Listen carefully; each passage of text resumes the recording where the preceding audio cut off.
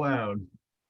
All right, now we're recording. Now it's 7 o'clock. I'll call the meeting to order.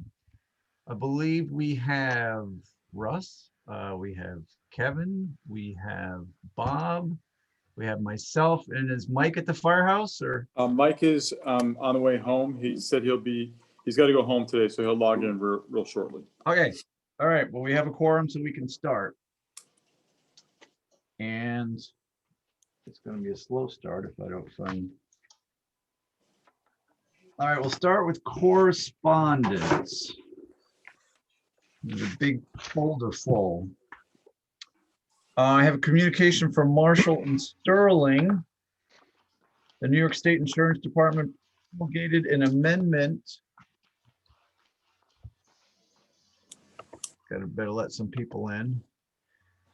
To Department Regulation number 87, requiring insurance agents to file a disclosure statement advising whether fees or commissions received by the agent for placing insurance coverage for government units are shared with other agents or brokers. The purpose of this regulation is to prohibit the payment of commissions, fees to agents or brokers who do not actually render a service to the governmental unit. Regulation number 87 further requires that a copy of the disclosure statement be filed with the governmental unit, the enclosed copy is being sent to you in compliance with that. If you have any questions, feel free to contact us. Did you keep the original on this, Karen? You have the only copy. Oh, that's dangerous. Never do that. All right. Steve, I got an email on that, so there's more than that. All right, so but we can make sure that gets back to Karen and she can file that. We have a communication from Ford Motor Company. Is Kevin at the firehouse? Kevin? Yes, he is. All right, you want it in English or Spanish? Basically, looks like there's a recall on the 2016 Explorer. The roof rails have a defect, so I will forward this to Kevin. Hi, Kevin. Well, there's no roof rack on it. They got taken off. They got taken off? Yeah, when they put the lights on, they took it off, only just the side rails. So there's no roof, there's no rails on it because the roof rail covers might become loose and detached from your vehicle. I'll take a look at it. We'll look, get it up there. All right. They didn't say something before when I had it up there for the suspension. All right, we have a communication from NFPA.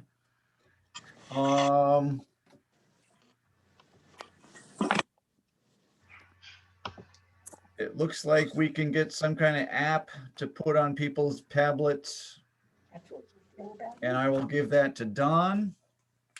We have from the Pinsky Law Group, the 13th Annual Fire and EMS Law and Management Conference at Turning Point from March 25th to 28th, preparing leaders to conquer the legal issues that face them. Fire District Commissioner mandated training, which I have to do yet again. If anybody has an interest, let me know. I have. How often is that training required, Steve? What's that? How often is that training required? Every time you get elected or every Every year? time you get elected, I believe. Is that right, Rod?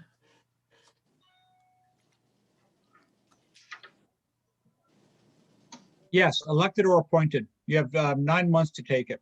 All right. Well, I got 7.5 months to take it.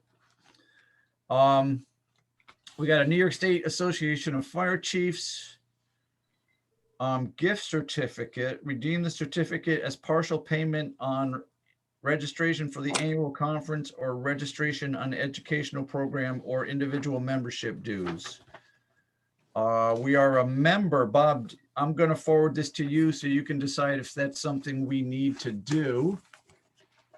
To me or Bob Simon? Bob Simon, because he would have the bill knowing whether we've already joined. Sometimes it seems like the annual renewals on these things come every 3 months. So Also query the chiefs if they want anybody to go. all right. I got an NFPA renewal notice. Bob, Simon, I'll forward that to you as well. All right, And you can figure out if we paid it or when we're due or when we should pay it. And then I Okay. have a series of prospecti, I guess that's the plural of prospectus, relative to a lot of Anything the you want me to do? LoSAP investments. And Bob, I will make sure that you get those. Bob Okay. Trzynski, Yep. Bob T. All right, so I have a lot to forward to people on that. That is all the communications that I have. That being said, we have 2 sets of minutes to review and approve. We have had in our possessions, thanks to Karen, the minutes for the reorganizational meeting for some time now for your review. I need a motion to approve the minutes.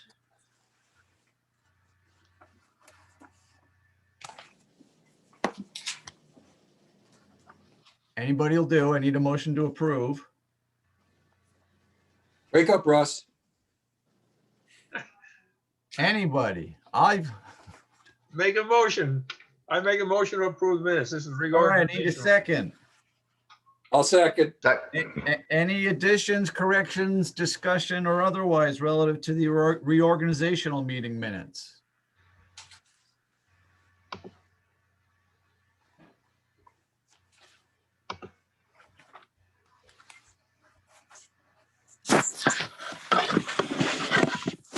That being said, I will ask Russ, what's your pleasure? Aye. Kevin? Aye. Bob? Aye. Mike, are you out there yet? Well, he will be if I admit him.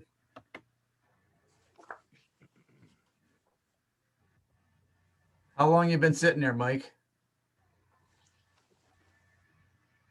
connecting to the audio now. He's not connected yet to audio? No, he's there. You can see him, but there he is. All right, Mike, how long you been sitting there? Just a minute.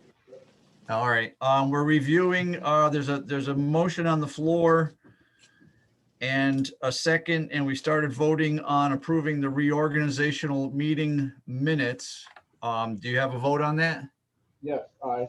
Okay. Did I miss anybody except for myself? I vote aye as well. I think I hit everybody. That motion will carry.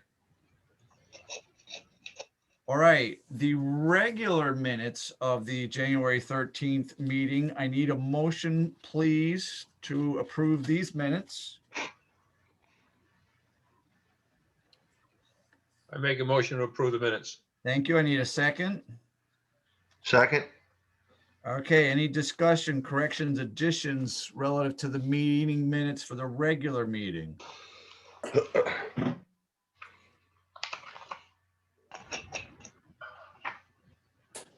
The only thing I have, Karen, page 9, decon room, first line BI is BUOTTE. Got it, thanks. That's not the way. And Russ, you had a spelling correction before, Easter egg hunt. Any additions, further additional additions, corrections, or other misconceptions? All right, that being said, I think it's time to vote. Bob Trzynski, what's your pleasure? Aye. Kevin? Aye. Mike? Aye. Russ? Aye. I vote aye as well. That motion carries. Financials.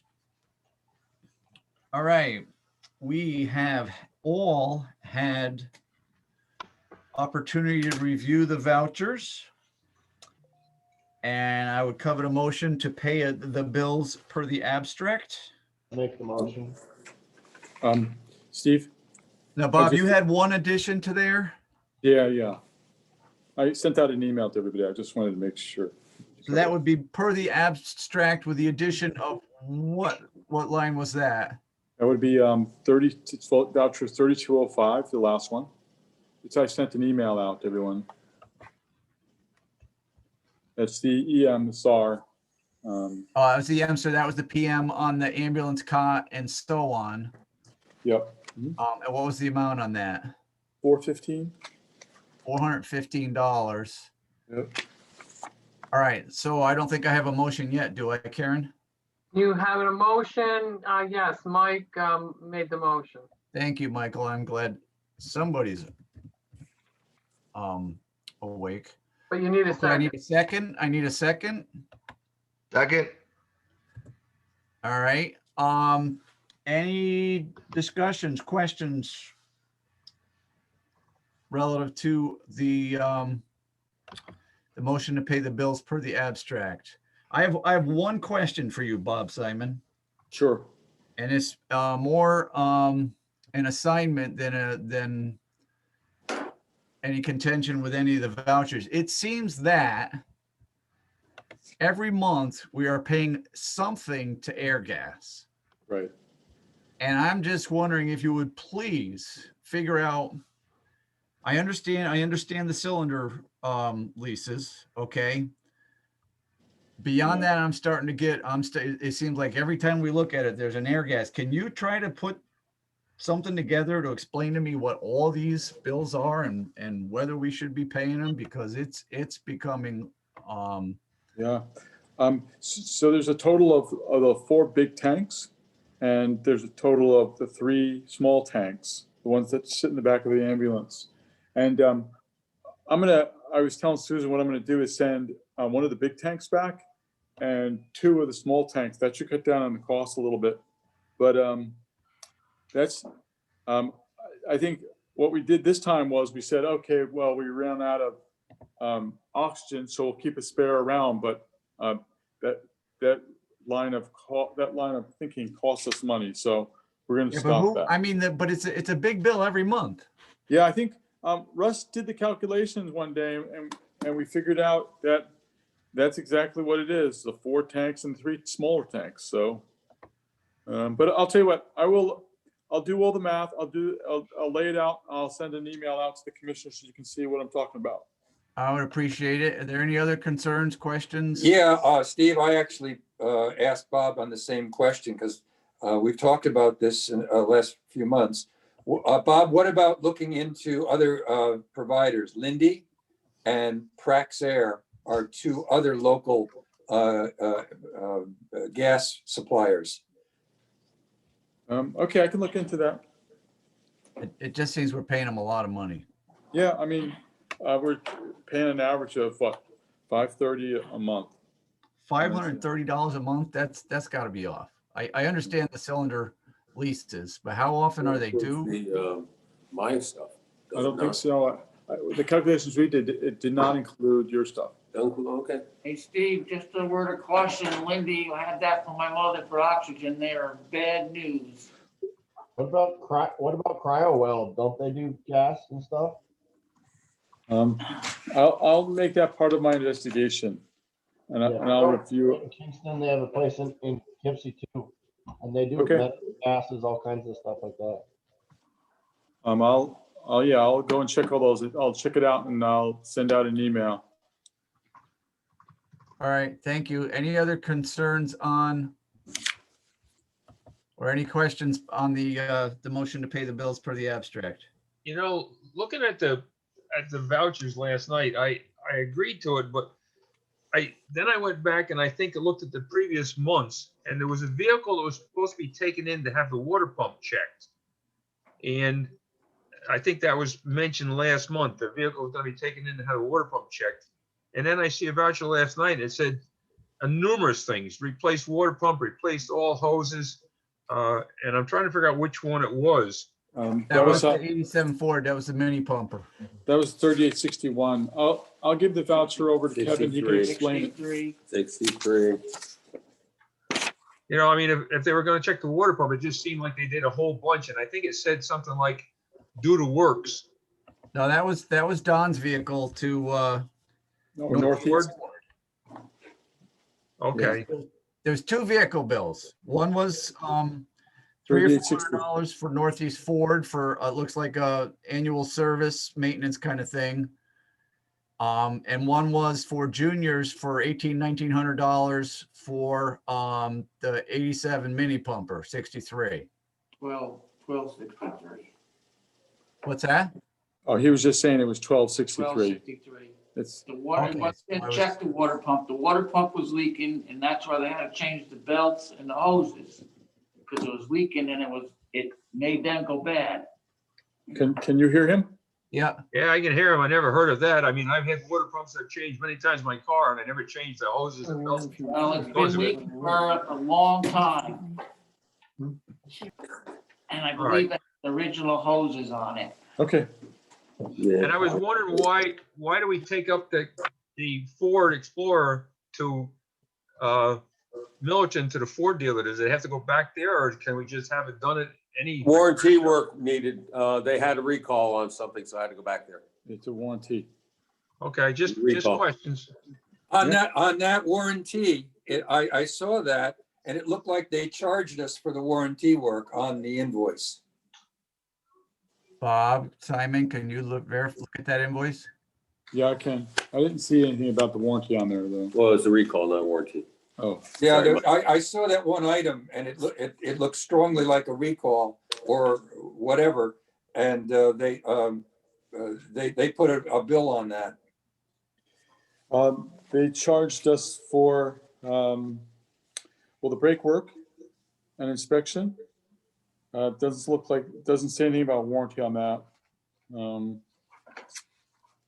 Then they charged on a handle reinforcement on the door. That one, that looks like warranty or recall.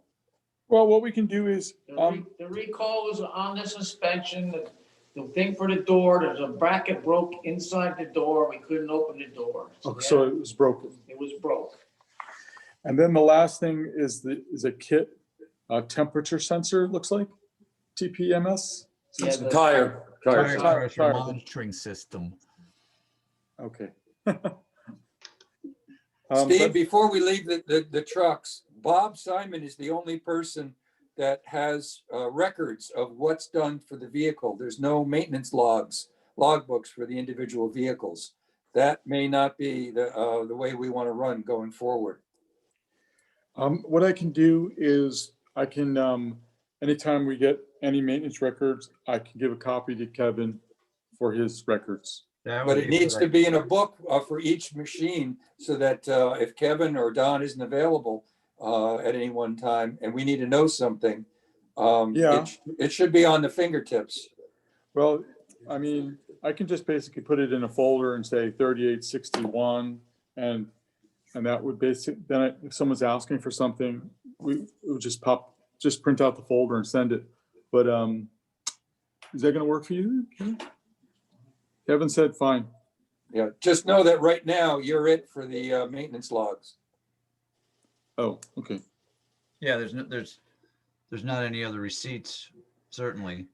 No. All right, any other discussion? All right, Russ, what's your pleasure? I'm paying the bills per the abstract. All right, Mike, Aye. Kevin, Aye. Bob? Aye. I vote aye as well. That motion carries. I have had opportunity to review the bank statements.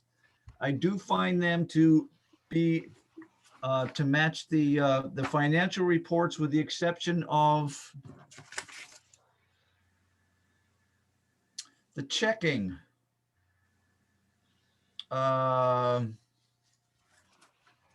Account was off by $1 on the bank statement relative to the balanced fund value.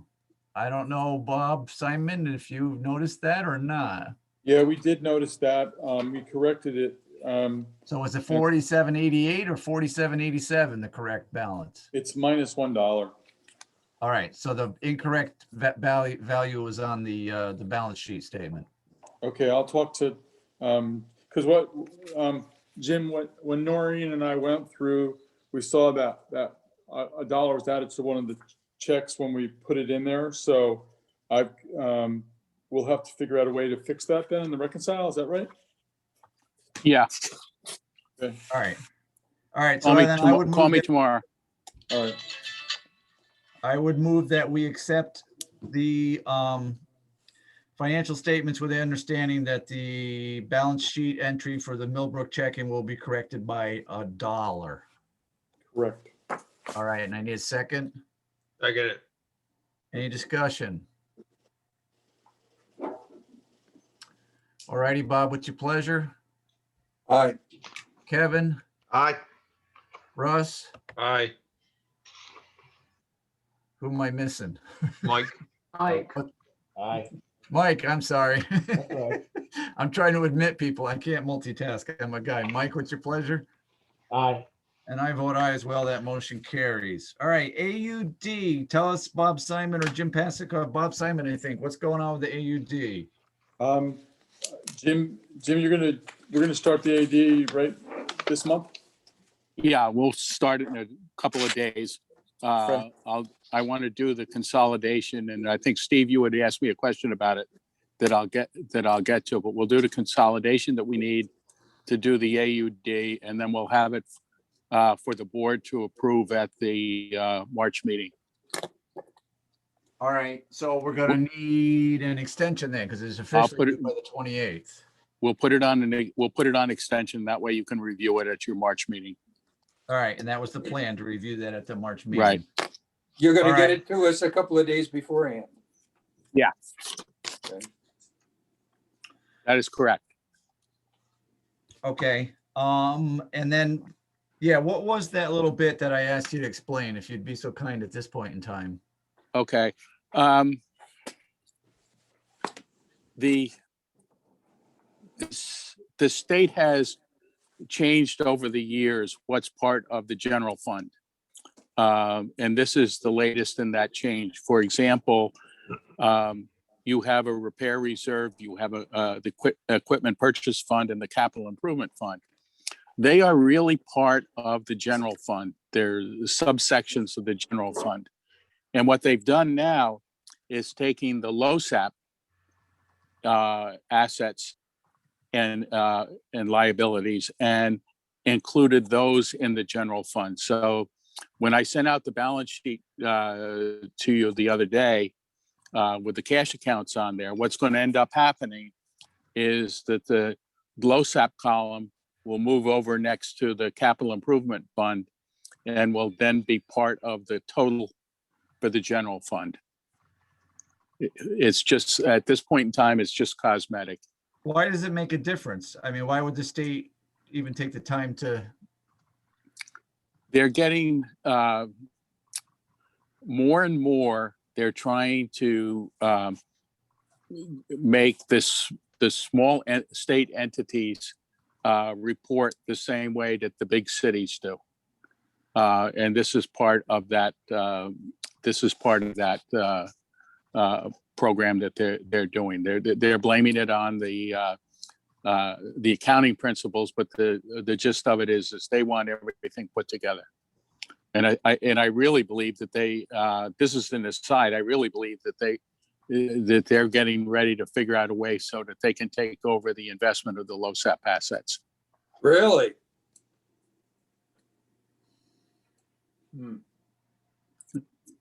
This is there's a lot of money here, and I think it's slipping by putting it in as a separate fund in the AUD. I think what's happened is that it's slipping through the cracks in a lot of places. Curious. All right, so what you're on top of that. Yeah. And then the independent audit, have we made contact with RBT, or where are we in that process? We will contact them after we have the AUD and they can do their thing. Are we crunching them for time? So it'll push us out in months? Should we contact them sooner? No, they expect this thing at the end of February, beginning of March. Okay. Is that before our next meeting? A week and a half. Okay. And I'm looking for a note. I had a note that came out of the audit that was something we were gonna do in February. Do you remember what that was, Jim Passacoff? Because I don't. Yeah, we're gonna, as part of the AUD, there's a listing of fixed assets, Okay, vehicles, buildings and vehicles for the district. And that will be reviewed as part of the AUD. all right. So part of the March process of reviewing the AUD will be to review the fixed assets. Correct. Jim, do you need assistance? Can you and Bob pull that off, or do you need outside help from either the chief staff or? Bob and I should, there's no reason Bob and I can't do it. The way it starts is that we have the listing and Bob will review it and see if there's anything that's on there that shouldn't be on there, or there's anything that's not on there that should be there. Right. And do you need values on the equipment? Right. Well, we and can find whatever value there is at the point where we bought it. That's not a problem. the only one missing from the list was 38.7, and we already have the value. The value was actually in the bill of sales, which was in the glove compartment of the vehicle. So our list is nearly complete. Did we get the bill of sale to Karen? Sure, I think I actually sent it to her that one time we were working on it, but if she doesn't have it, I'll get it to her. All right. Karen's building a file for all the equipment so that we don't have to go through the problems we had recently. She's a hero. Absolutely. Going through the paperwork. She's an asset. Bob, copy me on that. Bob Simon, copy me on that email when you send it to Karen. Yep, I can do that. All right, and then guaranteed replacement cost on the firehouse. Bob, you just forwarded a increase in premium of $74, I believe. Yeah, we that's from the 5,000 to 6,000 square foot footing. Right, for and the existing structure. accompanying increase in the guaranteed replacement value of the firehouse. Yeah, yes. Yeah. All right, so we're gonna make sure that Karen has that on file as well too, because that's gonna serve as proof of the fact that we have what we think we have. All right, anything else from Mr. Passacoff while we are blessed with his presence? Hey, Steve, as a follow-up to the value on the firehouse, do you have replacement value on the fire trucks for insurance? We have. What I don't believe we went full replacement. I think we put numbers on them. Yeah, we basically declared values on them. And I think that's what they're using for insurance purposes. You might want to price it out for going full replacement value because it's really nickels and dimes. Linda said it was a little bit more than nickels and dimes on the full replacement. She always argues it for some reason, but Yeah, when they get the quote, one of the fire districts added maybe $1 million over a couple of trucks, and it increased $200. Steve, I can do that if you want me to. Yeah, if you want, let's. It's worth a question. It's worth floating the question, right? Okay. I mean, you'll probably never total a truck, but Well, I know that there at least one truck has been totaled in our history, and I believe it was less than a week old when it happened. The one that went to swamp? That was the one I think that former commissioner rolled over in the field, didn't he? I know there's one went in the swamp right across from Kevin's house. That one I wasn't around for. But But anyway, a it question happened. on this full replacement, say you got a truck that's 5 years old, obviously it's deteriorated in value. Does full replacement mean the value of that truck at 5 years old, or just another brand new truck to replace it? brand new truck to replace it. Okay, so you don't lose out because the truck's deteriorated and declined in value. You get a new one to replace it. Yeah. That's the beauty of it. I'll get Linda to quote and I'll send it out to all you folks. Jim, All right. I'll include you too. Very good. Thanks. Anything else from Mr. Pasikoff? Thanks, Jim. Have a good night. If you want to hang around, you're free to. It's an open public meeting. Otherwise, I'm sure he's gonna stay here and watch us. You betcha. you betcha. Good night. Thanks. All right, Mr. Estes, what say ye? No, I'm coming. I'm right here. Good evening, gentlemen. 7 calls for the month, a rather slow month, and I'd have to say the way things are going for this month, this is not going to be a slow month at all. Been a very interesting month so far. Biggie was the carbon monoxide meters have been recalibrated, and also the sensors replaced, and they're now back in service. Steve, can I bring up that docking station at this point, or should I wait? We'll wait. I got it on the agenda. We'll bring it up later. Very good, thank you. We are going to be having an EVOC class here in the station in the spring. I believe we have 4 or 5 members that are mandated to attend. And totally in agreement with the board's decision that all members of the support group, rehab group are mandated to drive the rig, so therefore all members must complete the EVOC. I couldn't agree more with that. Wouldn't make any difference to disagree, but I agree. Our drill is on Tuesday, 2/16. We're going to be doing our first module of the year to be determined what module we'll be conducting. And we'll do a radio review, operations and proper radio procedures. And then we're going to the always popular and timely carbon monoxide discussion class, and then live exercise on that. So it's very important drill. All the extinguishers in the vehicles, in the chief vehicles, and also the fire station will be inspected this Friday.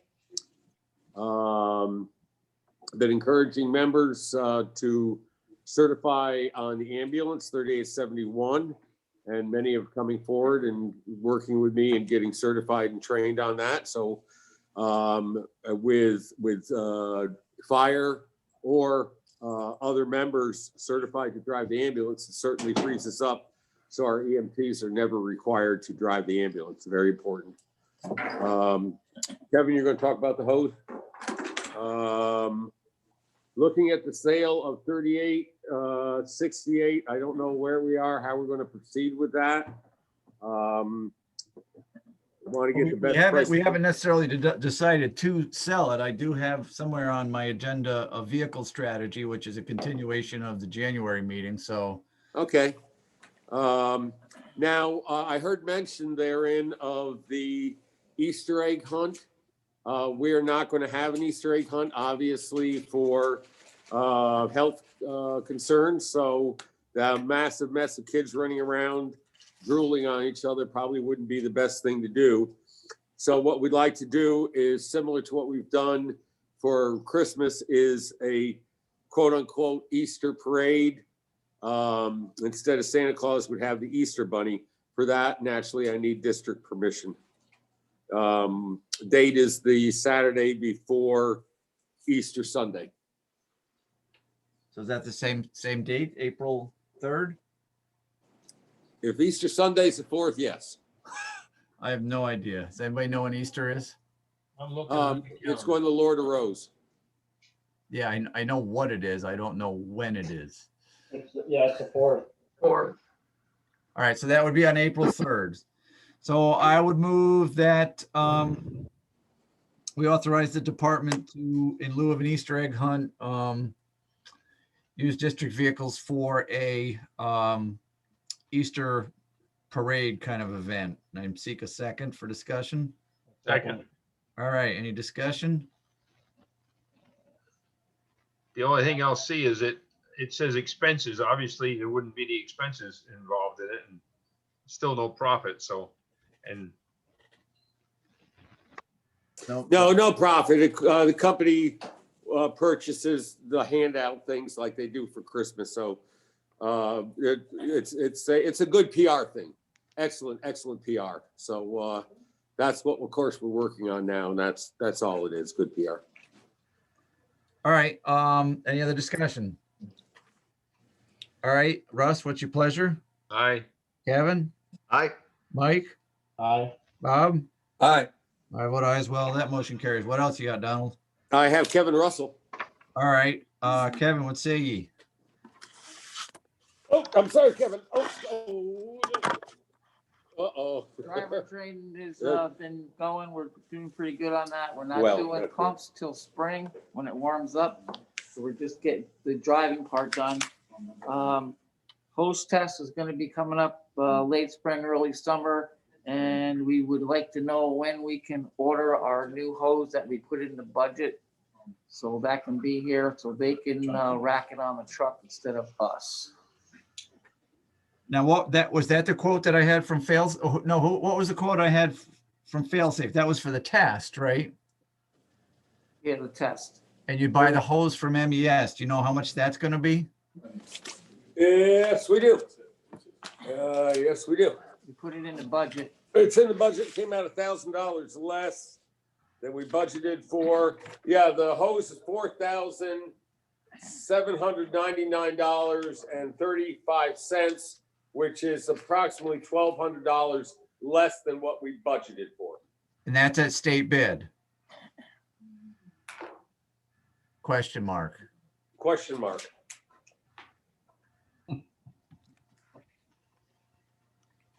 Because at that price, if it's at state bid, we don't have to go out. But if it's not at state bid, we have to go out for competing quotes. Is that correct, Rod? That's correct. Bob, We need to ascertain whether that MES price is the state bid price. I'll ascertain that. I'll ascertain that right now. All right. And the intent, what was the schedule? What was the schedule on the hose test? When did you need to have the hose in?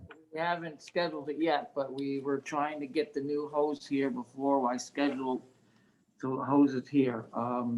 They just sent us a thing, asking us if we're gonna do it, and we have not set a date yet. Right, so we have some hose that's gonna come out of service, we know, because it's at the end of its useful life. It's at the end of its, and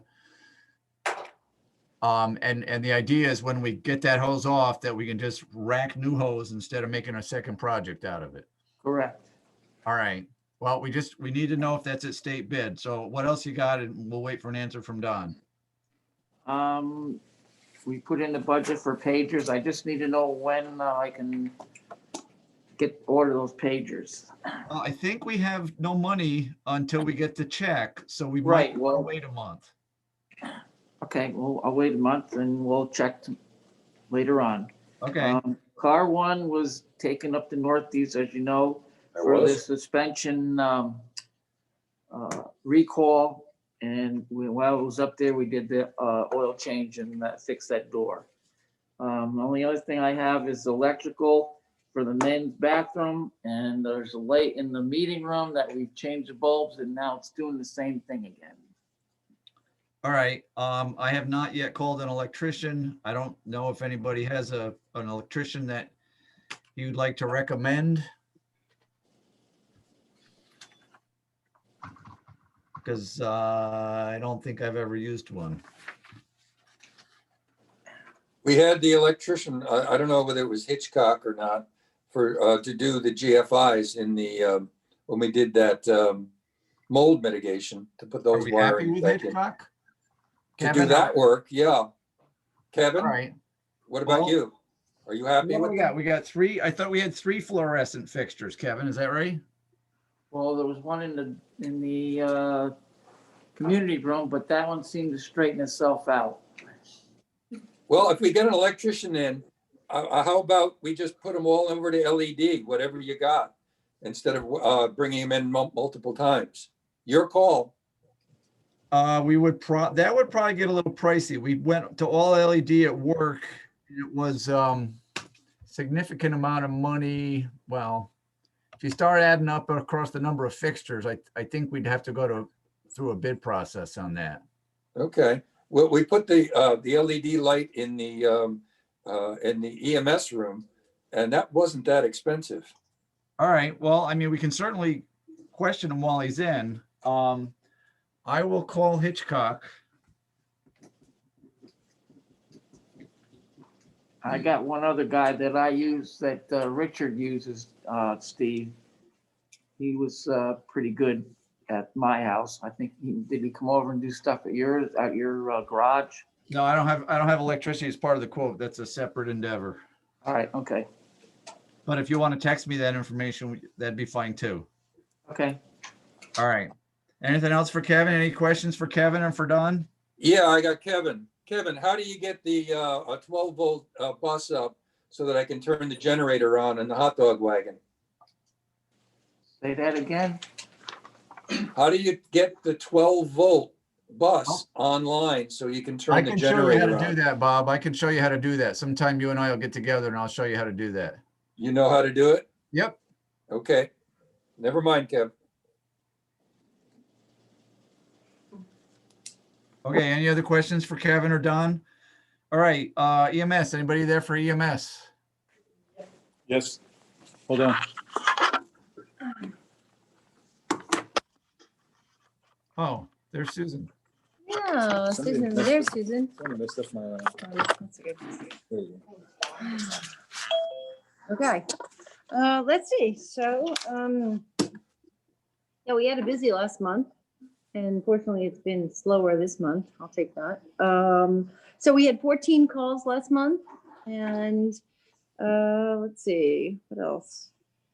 The save. Yep, we definitely had a save. We had a cardiac emergency. We had a patient was brought by his daughter to the parking lot here at the firehouse, and he was in a very critical state, definite cardiac emergency, and we were able to transport him ASAP.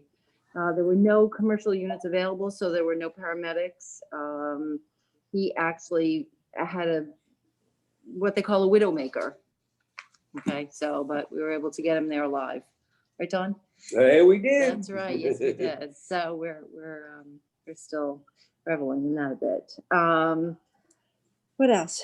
The drill we're going to do on the 23rd, and it'll be a follow-up to the fire drill about oxygen administration, difficulty breathing, those kinds of things, and certainly carbon monoxide, so that we can practice our skills and we can, also share the medical information about that. So that'll be on the 23rd. We are going to proceed with scheduling some new CPR classes because they're in need. And I know we've had this discussion with the company about offering them to the public. Since Bob and I are both CPR instructors, we can offer them for $5 a person. And so the company has been gracious to accept our proposal that the company pick up the $5 per head charge. And of course, we have mannequins, so it would be a 1-to-1 safe ratio, maximum of 6 people at a time, and so on. But we got to get drivers done first. Yes, absolutely. Drivers and certainly members and certainly. And so we are updating all of our, paperwork as well, because we need to have that in each vehicle. Any questions about that? Now, do we have any COVID calls in January or any suspected COVID calls in January? We definitely had, there was one positive COVID call. And unfortunately, it was the only call that we missed because neither myself or Bob were available. And so that call was actually picked up by NDP. All right, so we did not have any COVID exposures that need to be documented. None. So, and we've been continuing every call as you requested to complete that COVID form for Karen. So for the district. Okay. So that's really all I have for rescue. I mean, we did also purchase I will. So we did purchase something called the Mega Mover. I'm sure that you, thank you for approving that. We bought a case of them. And what they are is they're they're like a sheet, but they have interlocking webbed pieces with 14 sets of handles. And that has, they have proved to be invaluable. So at what, maybe $20 a piece? 16, we were able to get them at 16 instead of $25 a piece. And they really have just come in handy already a number of times. And the reason we bought a case is because they can be left at the hospital. And fortunately so, because we did have a patient that was was soiled. And so we wouldn't have wanted that on any of our equipment. So we were able to leave that behind. Well, on that note, any questions for Susan?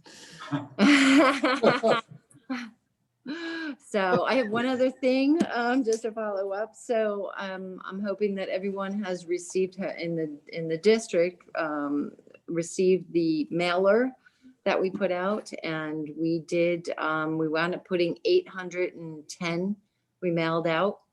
They're postcard size, and so we still have about just under like 200, 150 or so left that we'd like to, put out at several places. All right, can we make sure we get one to Bob Simon so that he can attach it to the voucher? And we have that with our financial records, if that was the postcard that we went out and we paid for?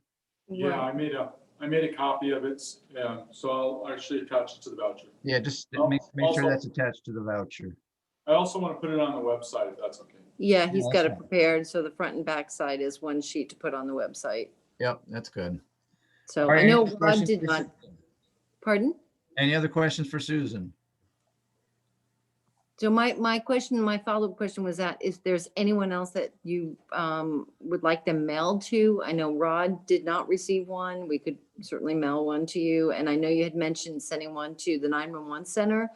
I didn't know if you wanted that to go to Dana Smith or John Mahoney or Dana Smith. both. At this point, that only costs a stamp, so whomever you think should get it. Well, that's what I'm asking is whoever else that you think that it needs to go to. Does the town clerk have one, or the town officials? That might be helpful. Okay, so who would you like it just addressed to the town? I can Steve? send an email copy to Why not the town clerk? Okay, And in fact, if we, well, I don't know if they're open yet. We could leave a stack of them for her vestibule there, so that anybody could put their hands on them. okay. I did have a question about what was specified for the meeting date on the card. There was confusion if it said the Wednesday after the second Monday, or if it said second Wednesday. Thought it said second. I don't have it in front of me. I thought it said this Wednesday after the second Monday, but I'm not sure. We should verify that because we hope it's accurate. Too late now. Okay, I hope so. I hope so. Well, if it's not, I guess a disclaimer can be put on the website to update it, but yeah. All We'll right. double check that. All right, Susan, library also. Okay, You can leave a stack there. Carol will let us put a stack there. okay. I know one was actually put up in the post office. In fact, Mary, the postmaster, was so impressed by it that she taped it to the glass so that everybody would see it. All right. So, anything else for me? Guess not. Thank you. Okay. All right. Do we have a representative from the department? Yes, we do. Yes, we do. Mary Ann Thompson. All right. My first duty would be to read a letter from one of our members, but Steve, I understand that Ed gave this to you? Yeah, he did give it to me, but this would be the time to introduce it to the record and for us Okay. to consider it. All right, it's dated January 19th, 2021. To whom it may concern, I'm regretfully asking for a leave of absence from the East Clinton Fire Department due to not having a vehicle at this time to respond to the number of calls required to stay active. Thank you. Sincerely, Patricia Van Leuven. All right, so Patty Van Leuven's asking for a leave of A leave of absence of absence. an undetermined period of time until she gets her vehicle situation straightened out. That's correct. Don, you have any input on this? No problem. All right, anybody else have any questions?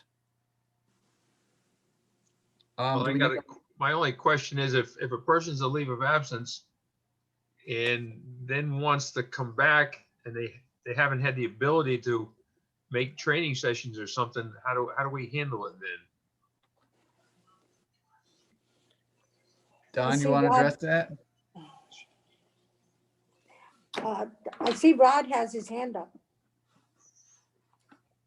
Well, Rod? let's get Russ's question answered first. Well, maybe Rod wants to answer Okay. it. He's nodding his head. I think the board, if the board approves it, it should also be with the stipulation that when she comes back active, the board approves her returning to active duty.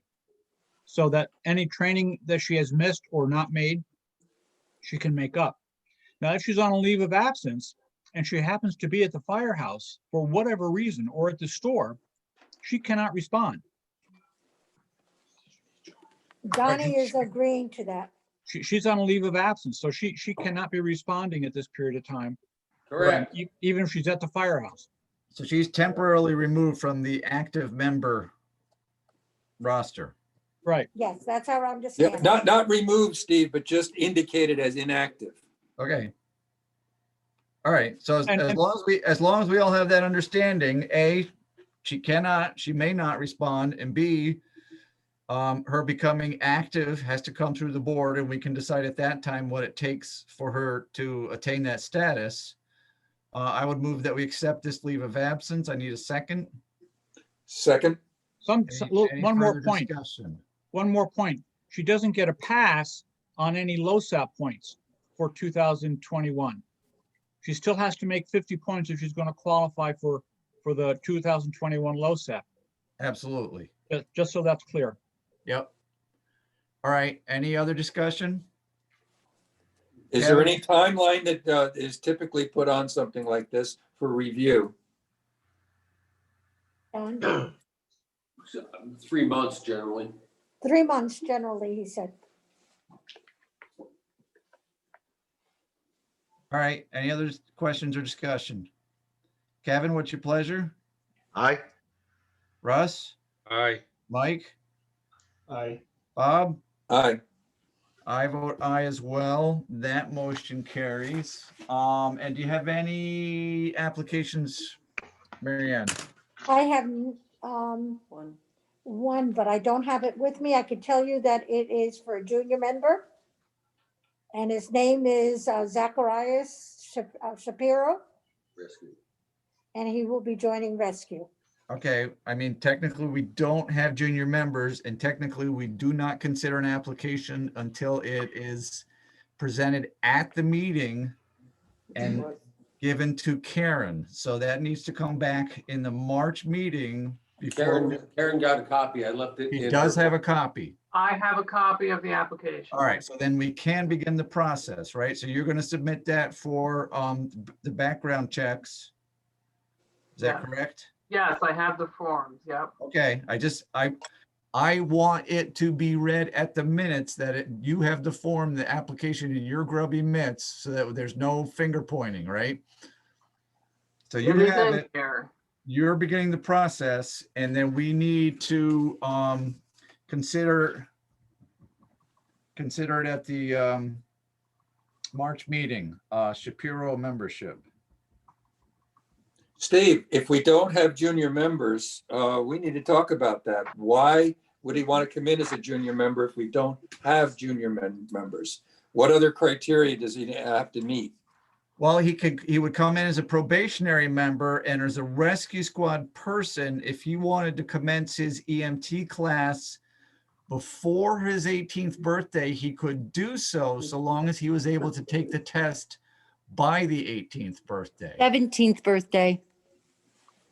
17th birthday now. Susan said 17. Yeah, so Okay. the state has actually reduced the age limit to 17. And I've already checked to see when the next EMT class is.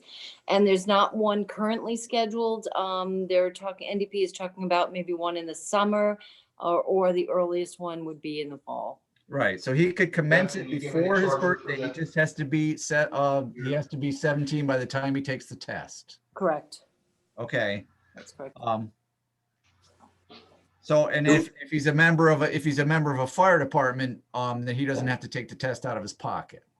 Correct. You Right, can, we're you're responsible. authorized to sign the form that says, yes, he's a member and it's legitimate that the state would pay for the test. That's Okay, correct. Rod's got a comment. Rod, where are you? I don't see you. Let's just be clear that there's no junior members. They're all active firefighters. Anyone under the age of 18 is still an active firefighter with restrictions on what they can do. Right, and Okay. Right, and in meeting with him, we've already had the discussion about some of the restrictions on certainly on our end. all right, so we will Well, consider. your end is the district's end, Susan, so Yes. we would need to know some of that, or at least Karen does. Sure. I mean, the first part, like any other one who's not in certified EMT could respond to the scene and stay by the ambulance until there was an EMT on scene. And, I will use my discretion of when I would allow him into the scene. They can't respond to the scene, just like a probationary firefighter. They're not permitted to respond to the scene Unless, unescorted by a senior member who would give direction.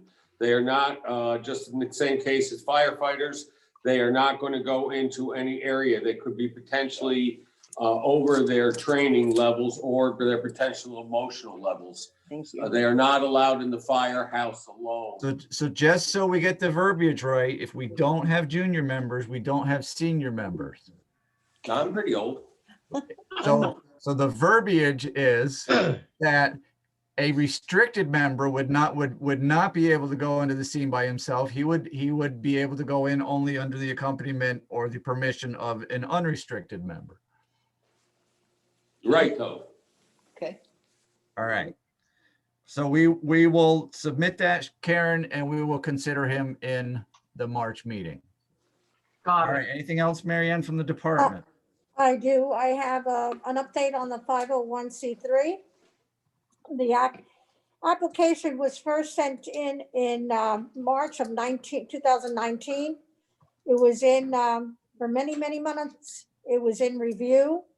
And the final declaration came that our EIN number that the company has had since 1984 somehow had gotten deleted from the system many years ago. So the number was reinstated as of December 2020. The new application was submitted because the old one was stale dated. And we're just waiting. I can't track it until April 3rd of 2021. That's when I can track it. So we'll I'm have an update at expecting- the April meeting. Correct. All right. Any other questions for Marianne relative to the 501c3? Has the 1402 filing been done with the county? I have no idea. I know that the secretary had the 1402 to file. I will follow up to see if she has done it. All right, because that is required annually. Correct. By January 15th. Well, I don't know that it was done by January 15th, but I will verify it. I have a question for Rod on that. Rod, on the 1402, when I talked to the, I think it's the controller's office, they indicated that financial should be in there as a property of the company. Is that correct or is that incorrect? Well, first, a 1402 applies to a private fire corporation. Clinton Volunteer Fire Company is not a private fire corporation. So I'm not even sure that a 1402 is required here. And if the 1402 that is required, or that is the information, is really nothing more than a statement of the officers of the corporation. So I would say no, it should not attach publicly financial information. Yeah, I've got the listing of what the county is the controller is looking for, and it does indicate the directors and the officers and how to get in touch with them. For instance, the secretary, but it also says properties. Well, we've always listed assets. Yes, assets. That's all, that's what we've always done is list assets. I don't know that the But I'm not sure that a 1402 is required for the company. They're not a private fire corporation, and a 1402 only applies to private fire corporations. And Okay, define so a we should private not fire file. corporation. I'm sorry? Define a private fire corporation or differentiate that from Clinton Volunteer Fire Company Incorporated. A private fire corporation would be if, Steve, you and I formed a corporation that was going to provide fire protection to a city or a town or to a fire district. We were a business. Are there fire companies in Dutchess County that run in that format? Is Milan? No, there are not. There are not. They are not. I mean, Dover, for example, is a fire department that contracts with the town, but they are a not-for-profit corporation, just as Clinton Volunteer Fire Department is. All right. I can look into it again, but to confirm that. But I'm quite sure that there is a distinction between Clinton and a private fire corporation. All right. Well, if you wouldn't mind taking a little bit of time to look at that, that would provide clarification at the least. I'll give you an opinion. I'll give you an opinion as to whether or not, in my opinion, Clinton needs to file a 1402. All right. I appreciate it. Steve, we need to get that to the company as soon as we get it to save them some work and maybe some money. Yeah. All right. We'll make sure that anything else from the company, Marianne? That's it. All right. Thank you. Hey, Steve, before you go forward, the mailer says the meeting's held on the second Wednesday of each month at 7 o'clock. Oh, and that would be incorrect. It's the second Wednesday after the first Monday. Oh. Okay, can't fix the postcard, of course, but we can fix the online pieces. Because I'm gonna put it out on Facebook as well. So we'll put a. All right, so we'll correct that. Thanks, Tony. All right, active member roster. Now, we sent some letters to members who did not make active requirements. Don, we got a request from 2 people to I don't want to say be reinstated, but to get permission to try to get into active member status again. Has that information been forwarded to Karen, or no? That information needs to be updated by the secretary so that the new active member roster can be forwarded to Karen, reflecting that information, because we had 2 people from the Colley household who I think want to try to make active member status this year. Is that correct? That is correct. They are moving in a very positive direction. All right. Were they? We had a conversation last meeting about not being able to get equipment back from a former rescue squad member who was sent a thanks for playing letter, and I believe that equipment was delivered by the Dutchess County Sheriff's Office to you just last week. Is that correct? That is again correct.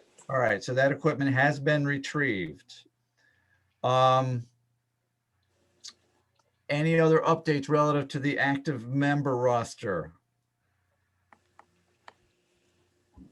All right, now cancer insurance. We sent that form in, Don, or Bob, listing 11 exterior.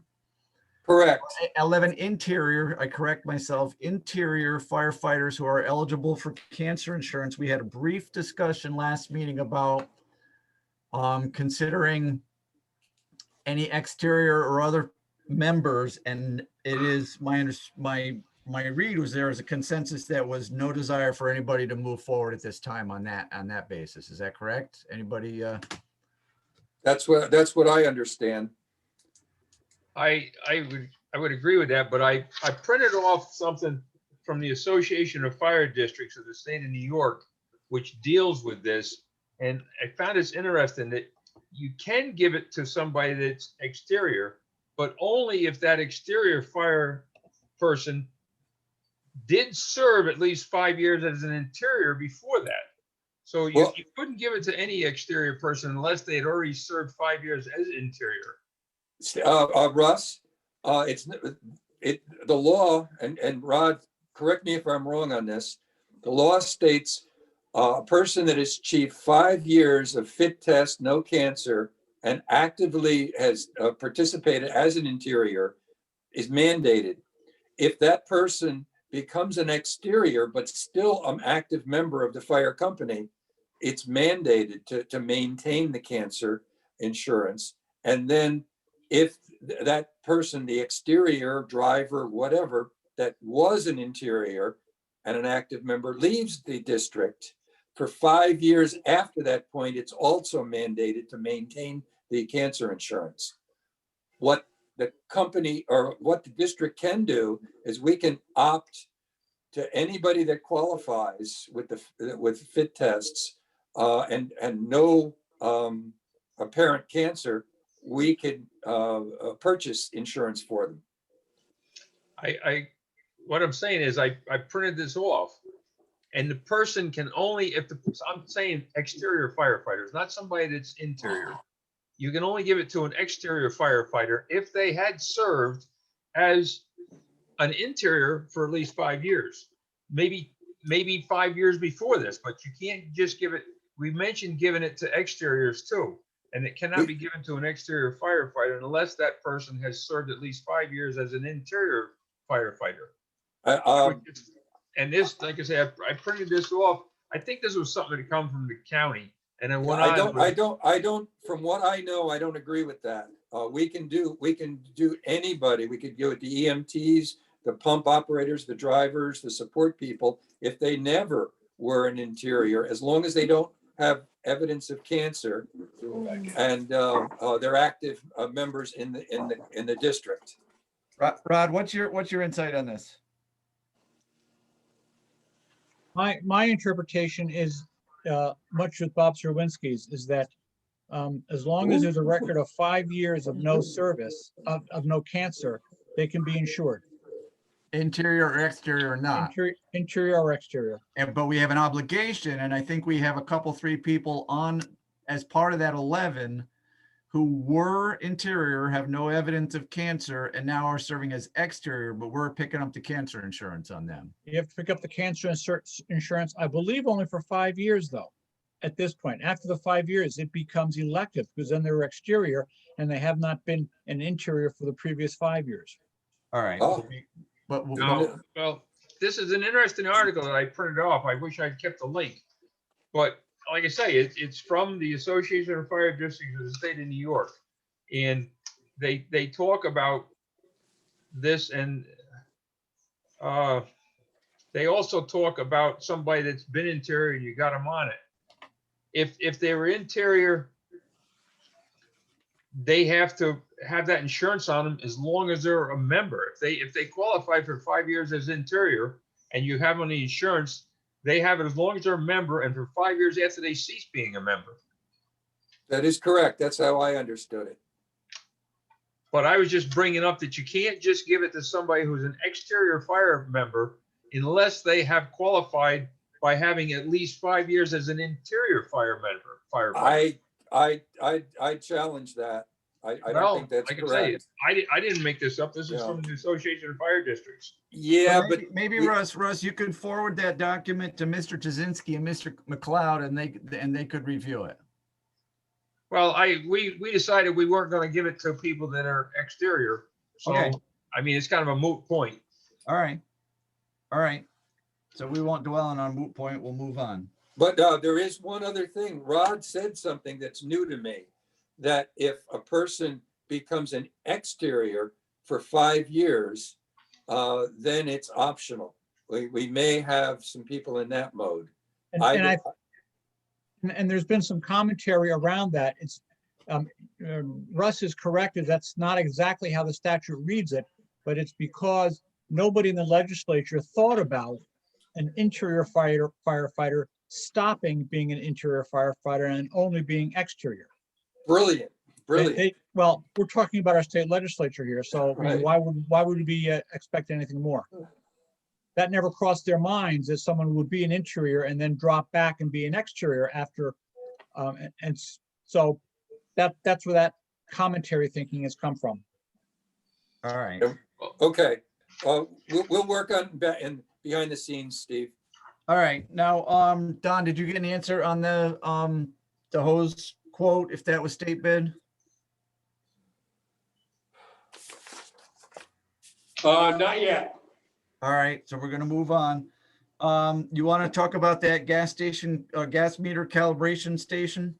Yeah, I do. Yeah, I do. Do you want to see him? Yeah, I want to see them all. I want to see them all.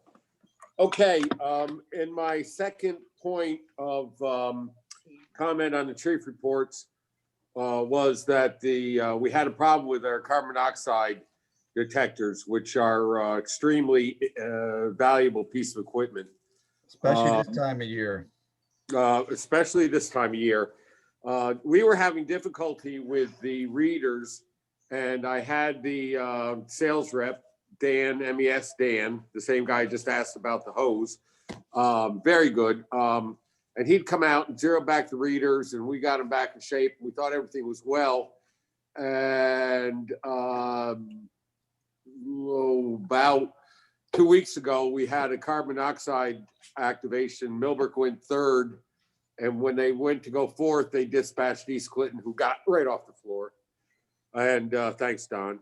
And anyway, I go in to get the readings, and the meter is completely going haywire. And that's when you get the pucker factor moment. So Kevin showed up, and I said, okay, what we're going to do is use our two personal meters to verify negative readings, and we're going to go with that because we have no choice. I texted Dan right away at 4 o'clock in the morning and said, we got a problem with meters again. And he said, all right, they have to be sent back out again, get recalibrated. And at this point, the sensors had to be replaced in them. So they had to be redone. He says, you got a very viable option. I said, give it to me. He says, we have a docking station that calibrates the meters automatically every month. You take them out in quick call, you put them in the calibration station, they self-calibrate, and they also charge at the same time. I said, well, that is a no-brainer, and it takes all the liability away from the company. So I said, to me, that seems like something we really need, not want, need, because you can't mess around with the carbon monoxide. You know, we could have a factor where our handheld ones are very good. They give us an early warning, but that's what they're intended to do. Just give us a, oh dear, we do have a problem in here, but they're not going to give you specific readings as we need to ascertain. Don, for liability reasons, can we rent this thing? No, it's a purchase. It's a purchase.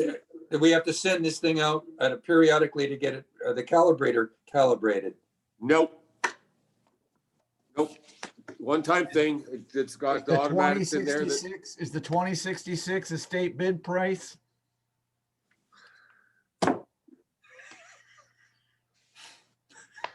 Yes.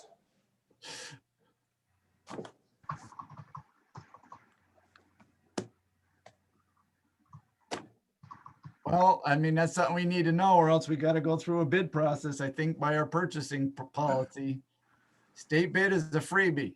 You state bid is state bid, and it's assumed nobody's going to do any better. But if it's not state bid, then we have an obligation to pursue these things via the policy.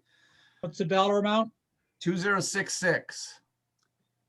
I don't know what is that two? Two verbal quotes. I was gonna say 2 verbal quotes.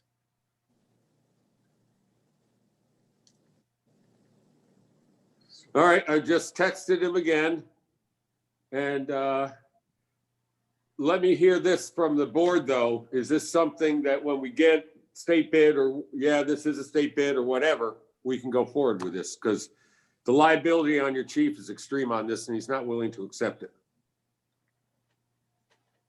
So this is validation of our gas meters and gives you a nice warm fuzzy feeling that they're accurate and you're not sending anybody back into a house where you're getting an inaccurate reading off your meter. Do we need to do a resolution on this to move forward?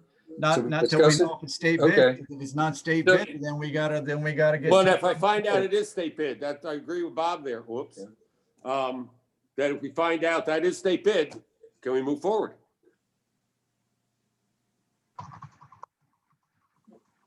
Anybody want to care to make a resolution in that aspect? So I'll move that we approve the purchase of the Ventus gas meter calibration station to the tune of $2,066 on the condition that the aforementioned price represents a state bid price and that no further bids are necessary to fulfill the obligation of our purchasing policy. Do I have a second? Second for discussion. Discussion. I'm concerned about calibrating the calibrator. I've had experience with certain liabilities and not having like a NIST standard calibration of the calibrating tool. We own anything that goes wrong if that calibrator goes out of calibration. We need to know more about it. And having worked for a metrology company for 30 years, what Bob says is true.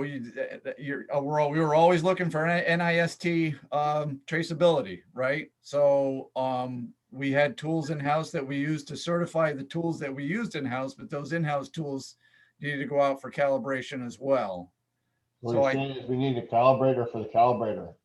No, we need to send it to some standard company that will give us a stamp of calibration, and we have to do it periodically according to the manufacturer. Otherwise, we own any screw ups with it. Yeah, but Don said that there isn't a calibration for it, that it's set. Well, I'll find everything out. I'll find Right. everything out. Let's not overthink this right now, gentlemen. We're looking at the state bid or not. And at that point, if we do agree by it, find out that it is okay, that's a state bid, and I'll say, and this has you doing the self-calibration and the warranty and all the paperwork. So where are we headed? We're waiting for an answer from Don and I'll withdraw the motion. Is that where we're headed? As long as that's Well, let's find out first. We got to move forward with this. This is not let's wait on this another 2 months because we're on the dime with those meters one way or the other. So I'm waiting to find out the state bid. At the same point to find out the state bid, I'm going to ask the certification on the calibration of the calibrator. Now, if I find out, yep, state bid and the certification, yep, we come in there and we service that unit every year and verify it, then let's go forward. Let's not play around here. You're talking about liability. And Don, this is not a negative comment. I want you to have it. We all do. However, it may not be every year. It may be every month. It may be every 6 months. Whatever the manufacturer says on it. Yeah, I agree. But there's a point of talk and getting information, and there's a point of action. We're at both. So we're going to find out if it's state bid. We're going to find out what is the rules on the calibration of the calibrating station. I don't want to wait until next month to bring it back up again. I'm going to find out and let Steve know, who can forward it back to everybody else where we are. Rod, liabilities, what do you see? You've got to make sure your tools are calibrated. But what this is a calibrator for the calibrator that we own. That's what's getting This, me nervous. this calibrates that the gas meters are working properly. Okay, but You that, do a, the device, you do a hose test every year. You hire a company to do the hose test, to calibrate the hose to make sure it works. You need to hire a company or get a calibrator to calibrate the gas detectors.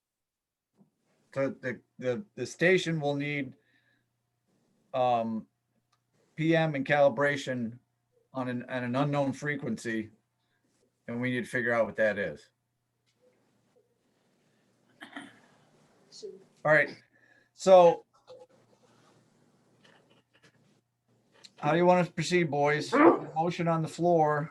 I think I'm going to withdraw it if that is agreeable to the person who seconded it. Who seconded it, Karen? Bob did. All right, and then I'm going to try to reformulate a new motion.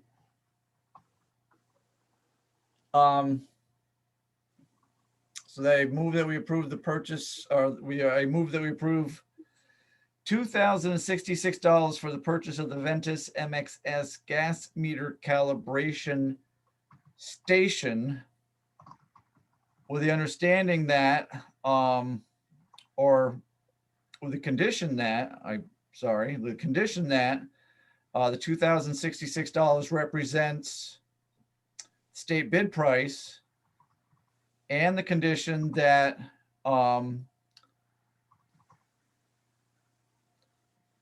searching for the words, appropriate understanding is forwarded relative to the calibration needs of the station itself. I seek a second for discussion. Second. All right, so I share Don's sense of urgency, but I don't want to get into something that we don't understand completely.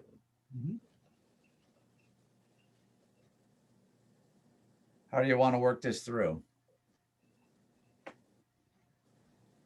yeah, so there's two questions that Don needs to have answered for us. We need to know what the frequency of the calibration of the calibrator and who does it, how often. And then we can go forward with it if it's state bid. If it isn't, we've got to get two verbals. Yep, I already sent the note out to our supplier. So it's was sent there a while ago, and I wait for the response. So I'll get back to Steve. All right, so let's just table this and we'll see if we get an answer by the time the meeting's over. LoSAP. The LoSAP posting has not been on the board for 30 days. We have not at this point in time received a signed document from the company president that we can consider in terms of members who earn their points. So we cannot at this time consider any challenges because there's no official document submitted stating that, stating anything at all. Okay, so, and we have not had an approved posting for 30 days. Steve, on that, and this is also with Karen, there's a packet of 4 documents that need to be looked at and signed. Karen, so if you could enlighten us, where are we at with those 4 required documents? So the document by the sponsoring board, who reviewed and approved the 2020 fire records, has been signed. You each individually signed it and then left it for me to pick up. So then the entire data request package was sent to the fire department for posting. That was posted. The notice to volunteers was done by Dawn and posted. And that's what requires the 30 days. So that's the point we're at. And So then the company needs to sign that document with the points or no? I don't believe the company has ever signed anything. I think No.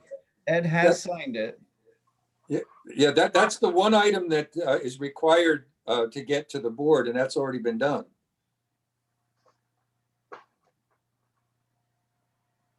Karen, is Yeah, that, Don signs the certification to send this to the board.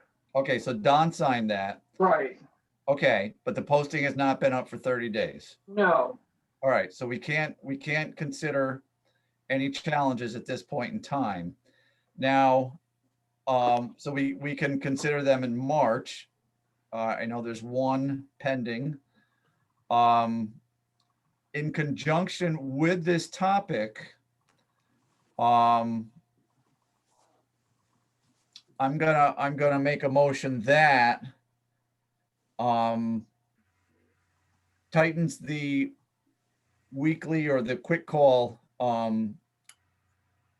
requirements just a little bit. And that is that I would move that no LoSAP points would be awarded for any quick call or equipment inspections done outside of the normal quick call schedule that is attended by all members, usually on a Monday evening. So there's no free agent quick calls. It's a safety issue. It's an accountability issue. And that's my motion. I need a second. I'll second for discussion. All right, any discussion? Yeah, I don't think we need it. No LoSAP points can be given for non-approved activities because you don't have VFBL.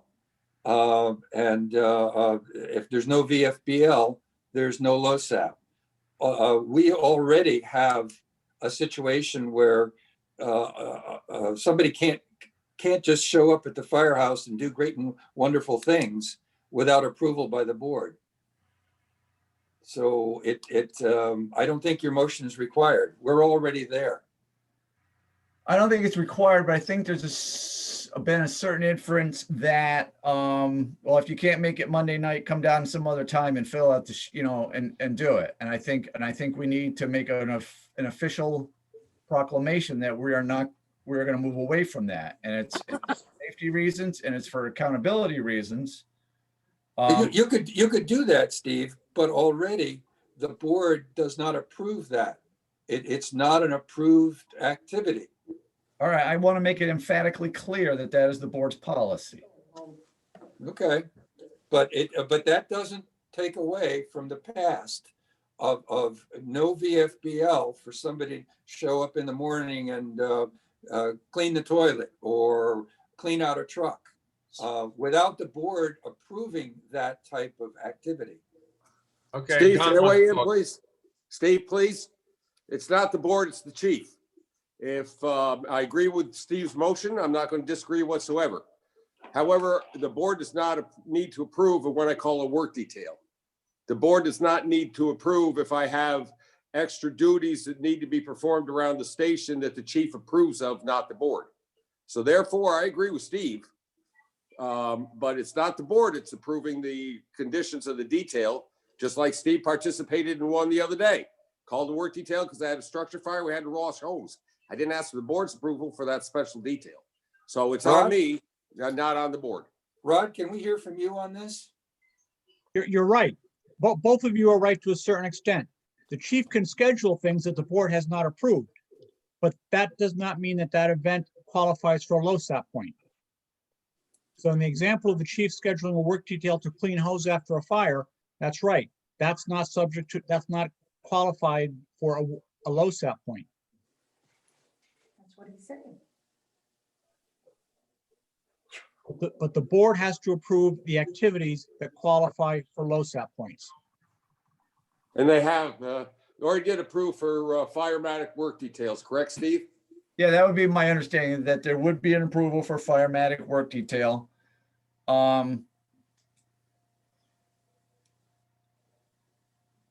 Just saying, like, do you have permission to clean out the rescue room? And that there is policy, and what I think my hesitancy is that we have had previous situations from a previous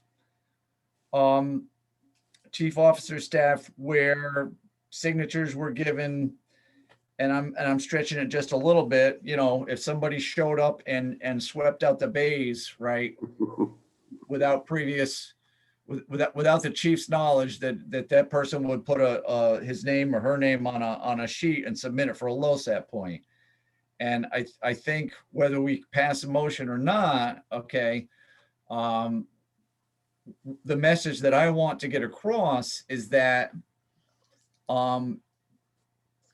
if there has been in the past any inference that quick call or equipment inspection or whatever you call it can be done at a time other than when the community congregates for that specific purpose, okay, it is from this point on prohibited because it is a safety issue. No one should be crawling around up on top of an engine when nobody else is in the building, okay? And it's an accountability issue. That would be my point. So whether we pass a motion on it or not, that needs to be emphatically stated, and I will personally deliver it to the department if that's what we decide. Or if there's consensus, we just move on, right? But that is the policy that needs to be in place. Well, whether it's needed or not by Bob's thing, I think that you're maybe restating something to clarify it, and I think it's a good idea. Okay, all right, then I will withdraw the motion with the permission of the seconder, as long as there's a consensus opinion. I mean, is there anybody, Mike or Kevin, that objects to the delivery of this policy? No. Well, I thought I was agreeing to your motion, basically. I mean, you made a motion of this, and that was kind of like all right, solidifying something. And like I say, I think your motion was well intentioned. Okay, then I misstood. I'll withdraw my withdrawal, and we'll keep it on the table, and we'll vote. Russ, what's your pleasure? Aye. Kevin? Aye. Mike? Aye. Bob? Aye. I vote aye as well. I will deliver the message. Mr. Forschler? Yes, sir. Sir, good news, sir. From MES, is the hose a state bid? Is the docking station a state bid? Both are at state bid prices. How often does the docking station itself need to be calibrated? Never.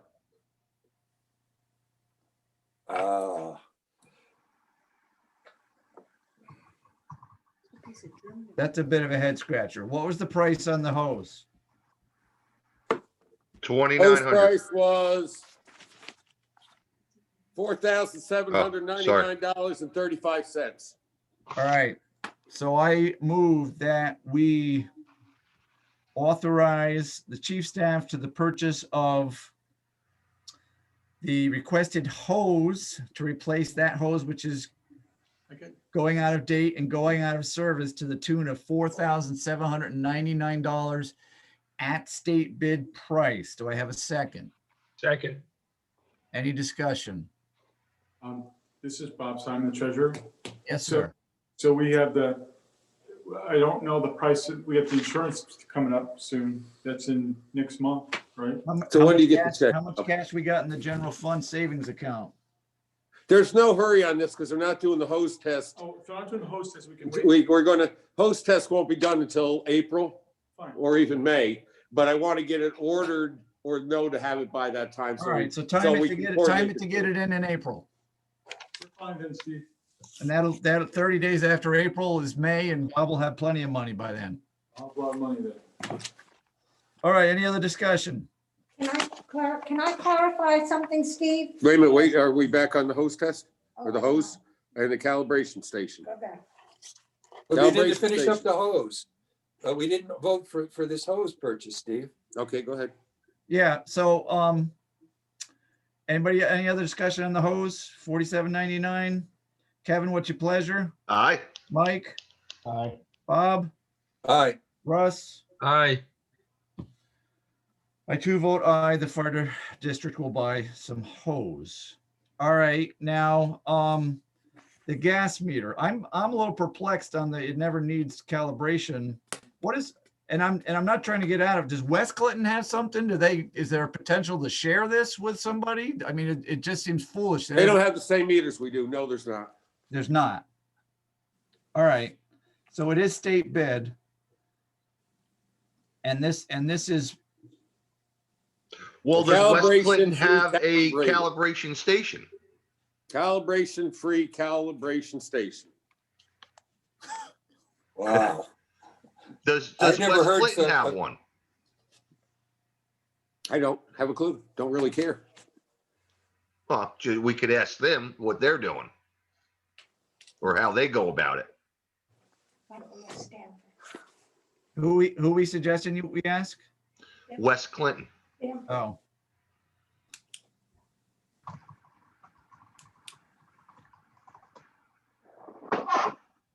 I was gonna look for that document on my email is what I was gonna do. What document, Steve? There was a quote.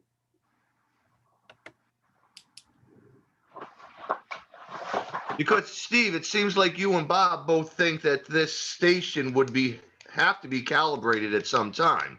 Well, in gas meter calibration, here it is.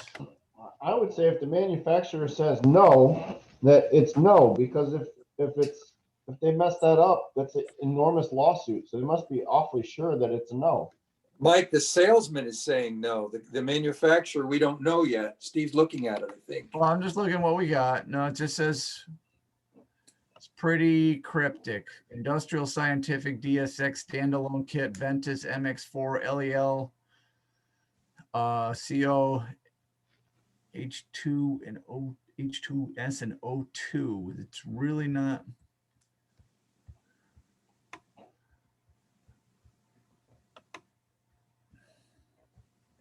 If it's a function checker and not a calibrator, then things get a little bit easier. But Right. if it's an actual calibrator at a level, you can't just turn something loose forever and say, yeah, it's good for life. That just doesn't, I mean, I got 40 years on, I got 10 more years on you, and you just don't do that stuff. So is it a calibrator or a function checker, Don? You got his text, send it to him.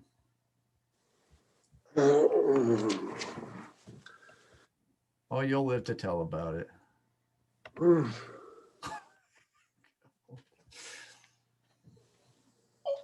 All right, Marianne, you were looking for clarification. Go ahead. Do you still need something from the president of the company on LoSAP point? Negative. Never did. Never did. I didn't hear him say yes. All right, I said no. Oh, Never thank did. you. Never did. All right, moving right along, so we can accomplish something while Don's in contact with the MES guy. Hey, Steve, I got something on the LoSAP before we leave it. Okay. So I've got a document set that you and I need to sign. It has to do with the investment authorizations. I signed it and you signed it last year. So it's in a blue binder. Yeah, I sent that to you. I gave that to you. Okay, but you didn't sign it, so I got to give it back. I wanted you to review it. Oh yeah, it looks fine. It's what we've had in place.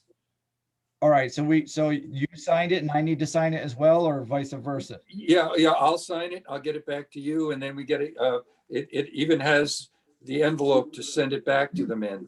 Okay, that'll make it easy. We don't live that far apart. We'll make sure we get. Okay, we'll make sure we get there. And one final thing, I had a meeting with RBC on our investments, and no changes are recommended at this time. So we're still going with that more What we did conservative last year. investment model. What Barney set up with them Okay. before he left. All right, and I'm happy with that. Any questions or discussion on that? All right, TEK did send in a signed contract. Karen, you have that on file, is that correct? Yes. Okay, worth making note of that. How long is that for? When does that expire?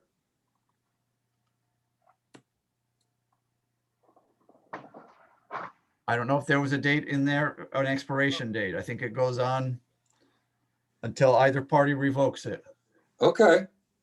So it's good through 2021 into 2022. There was no, was there an end date on it? Maybe I It missed has it. an effective date, but I don't, in a quick scan, I don't see it, an end date. Okay. All right, letter of intent to Sharon. Rod did provide that. I filled in the blanks and I did send that to them. They are in receipt of that and I have an acknowledged receipt of that. So we're moving forward with that. We have not decided if we need to have a permissive referendum for that, or if we're going to pay for it out of the general fund surplus that we expect that we will have, because the 2020 is over. Bob, do you know what that what the preliminary number is on that surplus, Bob Simon?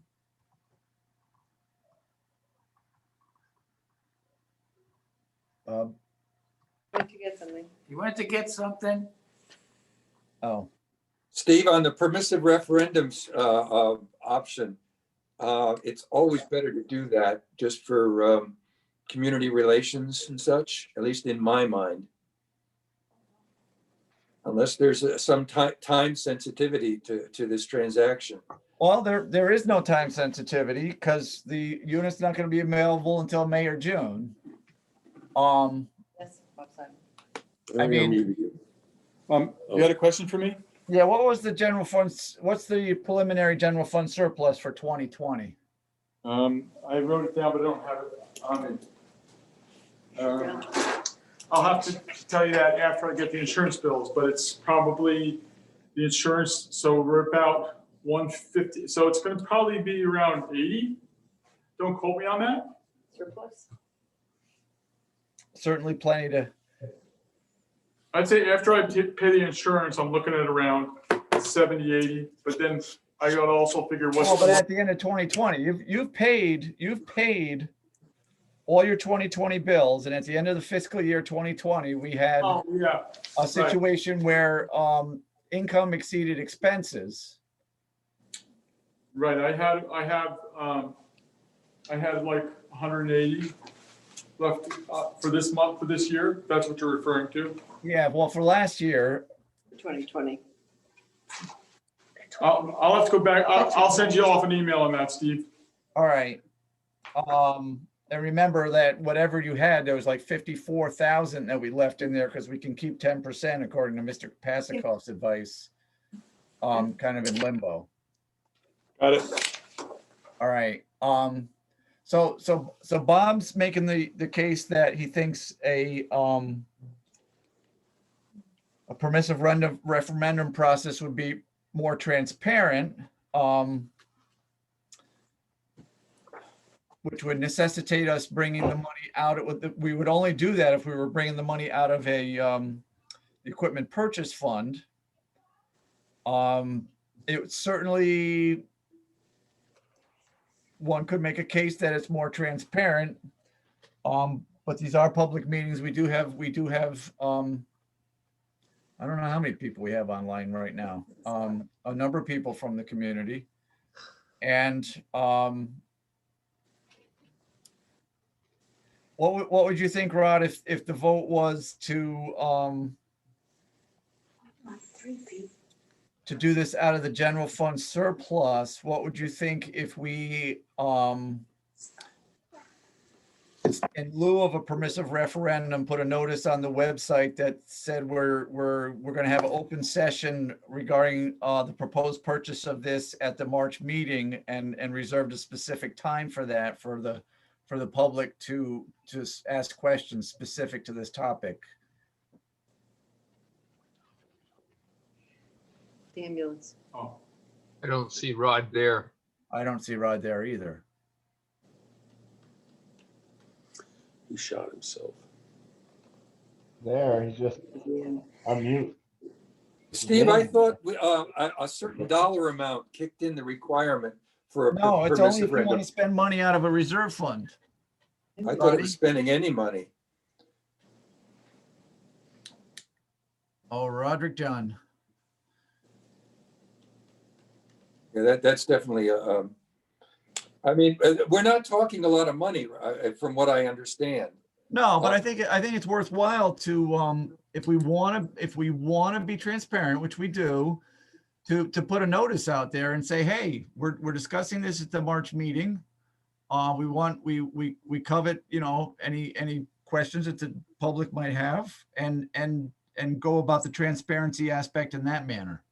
Okay, I'm okay with that, Steve, because it's a fantastic deal. I mean, all of us can argue it in every direction. It's just fantastic. We're saving money hand over fist on this one. So that part's not a problem. I just don't want anybody to say, they're not being fully open and transparent. All right, so I would propose that I write a posting for Bob to put on the website to notify the public that we will be discussing this purchase at the March meeting. Will you explain, just trying to understand, Steve, will you explain our rationale and what we're purchasing and why it's a good choice, or just put that we're buying an ambulance? I would put the dollar amount that I guess I would put it in the line of, we have had an opportunity to purchase a used ambulance for a price that the board considers to be a real value, and that the board has already signed a letter of intent, but in the spirit of transparency, we want to give the public opportunity for input, and we will reserve a specific time at the March meeting for questions relative to this. Okay, that makes sense. Or something in that line. A little more understanding of how it would go. Right. Super. So, Steve, include that we were going to spend quite a bit more on just upgrading the existing ambulance. And that was already in the equipment fund plan. Right. And it's saving quite a bit of money, and we're getting a better product in the end. right. It's bigger. It's 4-wheel drive. It's got that auto loader cot. I mean, it's got fewer miles. It's it's Truck a chassis, bargain not a all the van way around. chassis. That was the big thing, right? All right, so I would move that,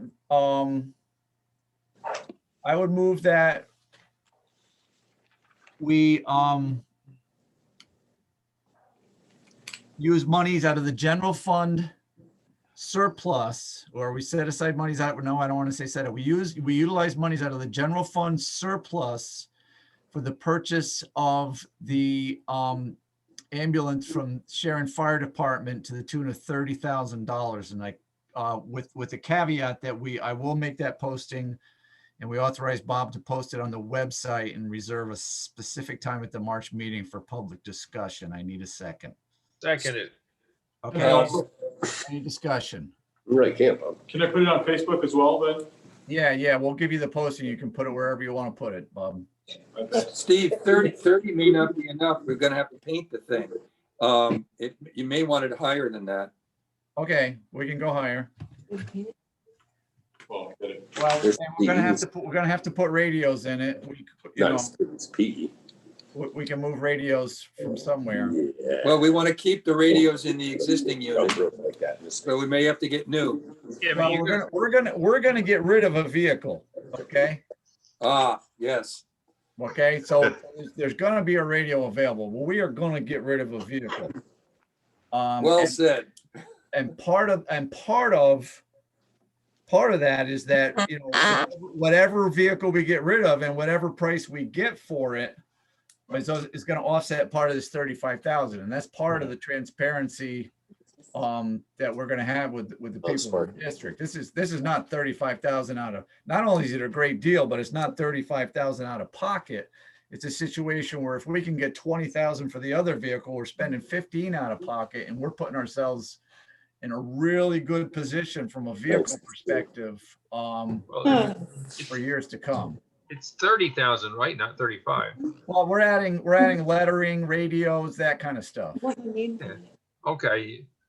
But I mean, lettering is just decals that go on. I don't think the thing would have to be repainted. It may be a different color, but what difference does that make? Don likes his color all to be matching. Yeah, well, it's Well- reddish. It's kind of red. That matches. So yeah, the price from Sharon is 30, but we're gonna have to put some money for lettering and radios on top. What else we gonna have to spend money on, Kevin Russell? Ready to go. Exhaust? All right, so any other discussion on taking that money, that $30,000 from the general fund? 35. You want to modify it to 35? Okay. Yes, yes.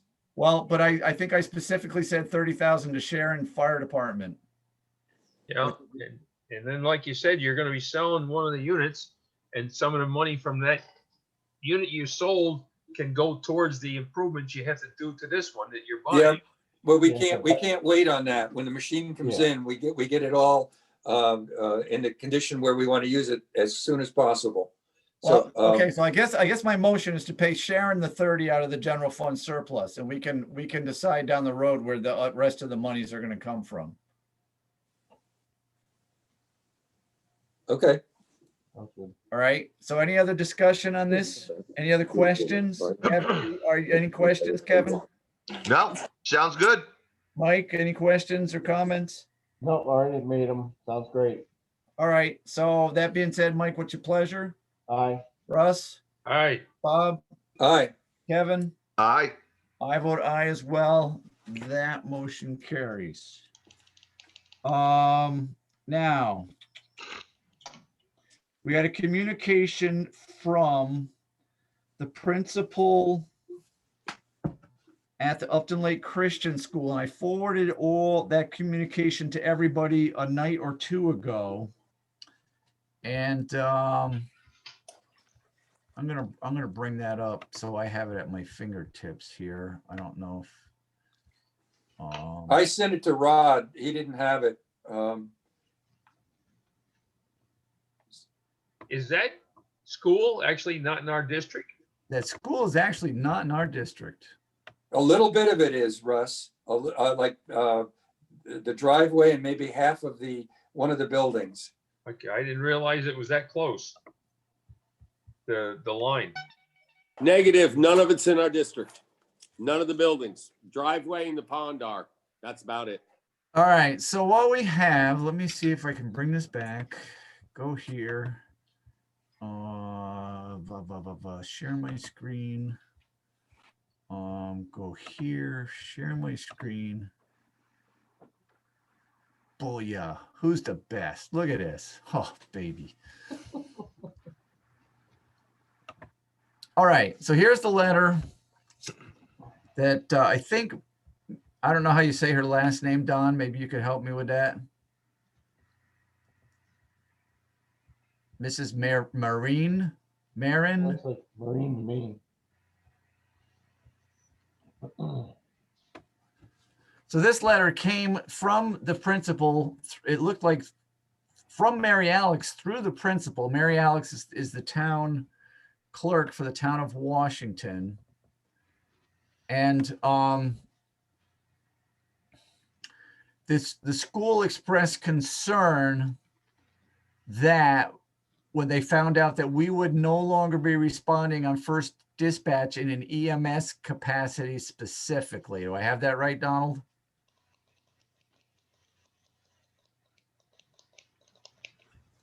Is anybody out there? What's your question? It's what? What? He said the school was concerned because we would not be responding on a first call for EMS. That is correct. The school has mentioned that to me and I said, I'm sorry, it's above my pay grade. Unfortunately, there were a number of people when they made that transformation, as ill-advised as it was, and everybody at the school, including the principal and the pastor of church, said, we had no idea that was being turned over to Millbrook. And I said, yeah, well, whatever. So when they had that, they raised that concern to me and I said, hey, you have a valid concern. I said, as far as fire, your concern is not as valid because Millbrook gets a free pass anyway, because anything we had in the protection district before, where we were responding on our own, we're responding on first alarm assignments for all of it anyway now. So if there's any fire alarm or any situation of fire at the school, we're going to be there with fire trucks before Millbrook anyway. So they get a free ride on us now. As far as EMS, no. All right, so the background information is we had a contract that had been in place with a ridiculously low price for very large number of years. I don't know, 20 years would probably not be an exaggeration. And the East Clinton Fire District in the town of Washington could not come to terms on a contract. At that point in time, we offered to the town of Washington to cover the school under EMS, and they said, thank you, no thank you. We got it. So it would be difficult to move this forward if we did not have the explicit permission of the town of Washington, the Millbrook Fire Department, and if we don't understand what the insurance ramifications are, because we were amazed. I don't remember the numbers, Bob, but it was pretty much when the additional insurance that we paid, because we had a protection district, pretty much ate up all the money that we got from the town of Millbrook. So if we put ourselves in a situation where we were forming a quasi protection district, and we might need some input on Rod here, we might be increasing our insurance liability by a substantial margin as well. So Rod, I don't know if you're out there yet. I am. I'm back. If we offered to cover Upton Lake Christian School out of the district, right, at no charge, and we got the permission of the town of Washington and the Millbrook Fire Department, who previously refused our offer, what would we have, like a quasi protection district, or what would we have at that point? You'd have a contract. You would have a contract with the village of Millbrook and the town of Washington to provide fire protection to certain properties. So we would have a what almost amounted to a protection district again. It would amount to what is a protection district, yes, but it would not be that. It would be a contract to provide certain coverages to certain properties for a certain price. But you can't go in there and do it on your own. No. It has to come from Millbrook. Right. We would need people's permission. But Bob, can you investigate with Linda Flanagan what our additional insurance liability would be if we entered into this arrangement? She's not going to know the nuance that Rod communicated. That's beyond my ability to communicate that. If it was a protection district that you're talking about, I can talk about that. But this quasi environment, I know. We would have to get a contract in place with the town of Washington. The insurance company is either going to say, huh? Or they're going to say it's a protection district. Okay, so let's see let's float it as best we can and see what the reaction is, because the reality is if the insurance company interprets this in the same vein as a protection district from their perspective, we're going to have a pretty hefty liability on this. And yeah, if it's binary, either you got one or you don't got one, and it costs this if you don't and this if you do, and they don't look in the size and the scope of what we're up to, yeah, that could be interesting. But I think we got to figure that out in some way, shape, or form before we even make the offer again. Yeah, talking to Linda on this, it's going to be difficult because they're not going to understand what I'm talking about. And they're not coming out there and doing an eyeball or looking at,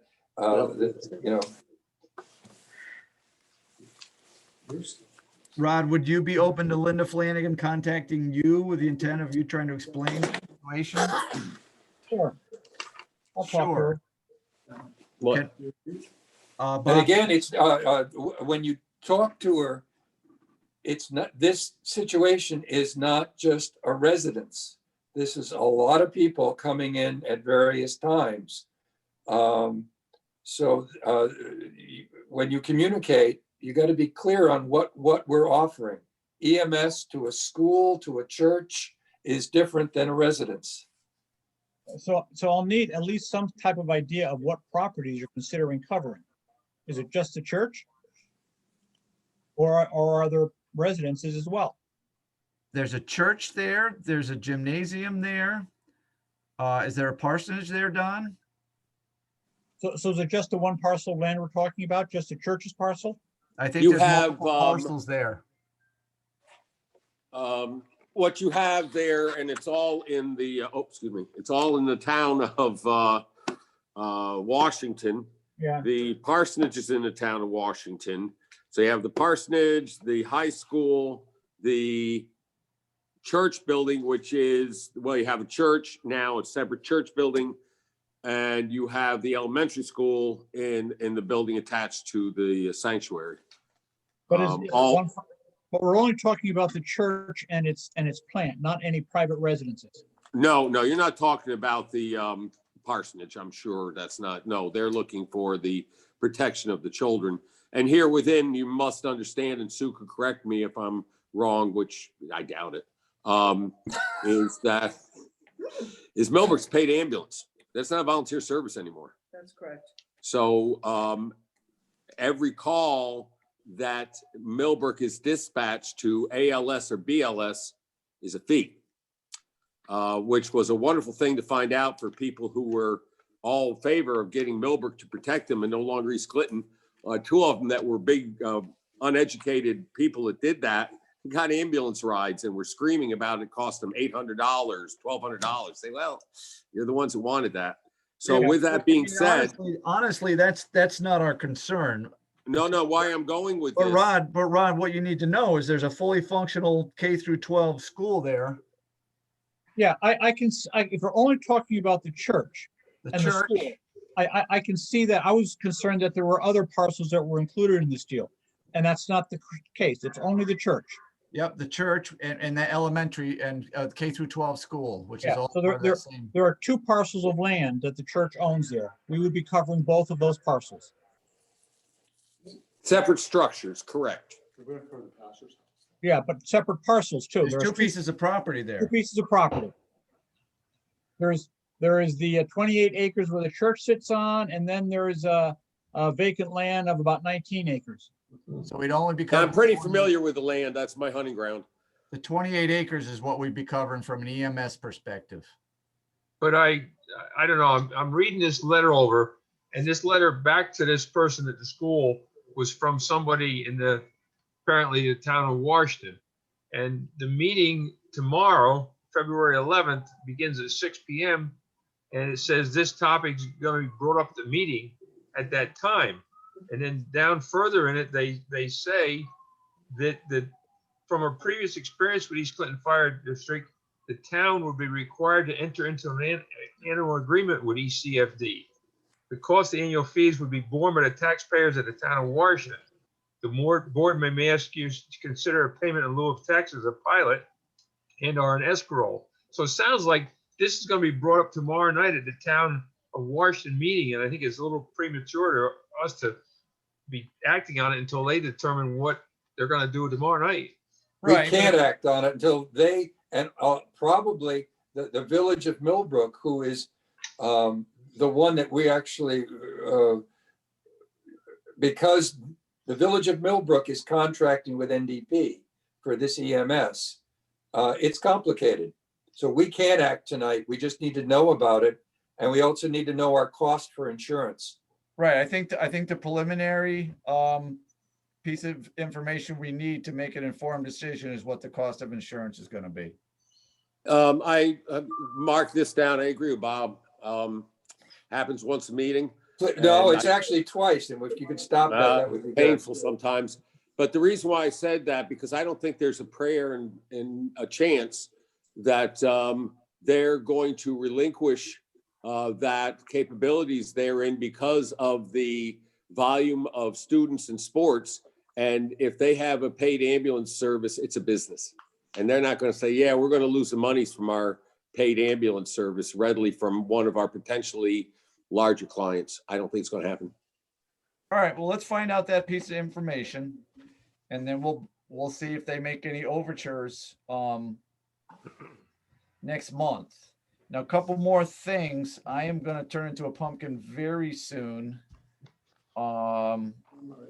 Steve, before you turn orange, I have the information you requested. Go ahead. The only, okay, so we know it's state bid, we know it's state bids. No service required except for buying the calibration gas. Is it a calibrator or a function station? Calibrating and charging. It checks to make sure that the meter is working properly. The only thing you have to do is to buy the calibration gas for said So the charging. gas is what is calibrated, Bob, I think. Yeah, there you go. So the only thing we have to buy for is the gas. The gas goes into a device, and then there's sensors that actually interpret, and that's what gets calibrated. Maybe the gas recalibrates everything, but Well, if the gas is a known quantity, then it has to come out correct. If it's and that may be it. Yeah. So there's the well, I'm going to use the term the NIST standard.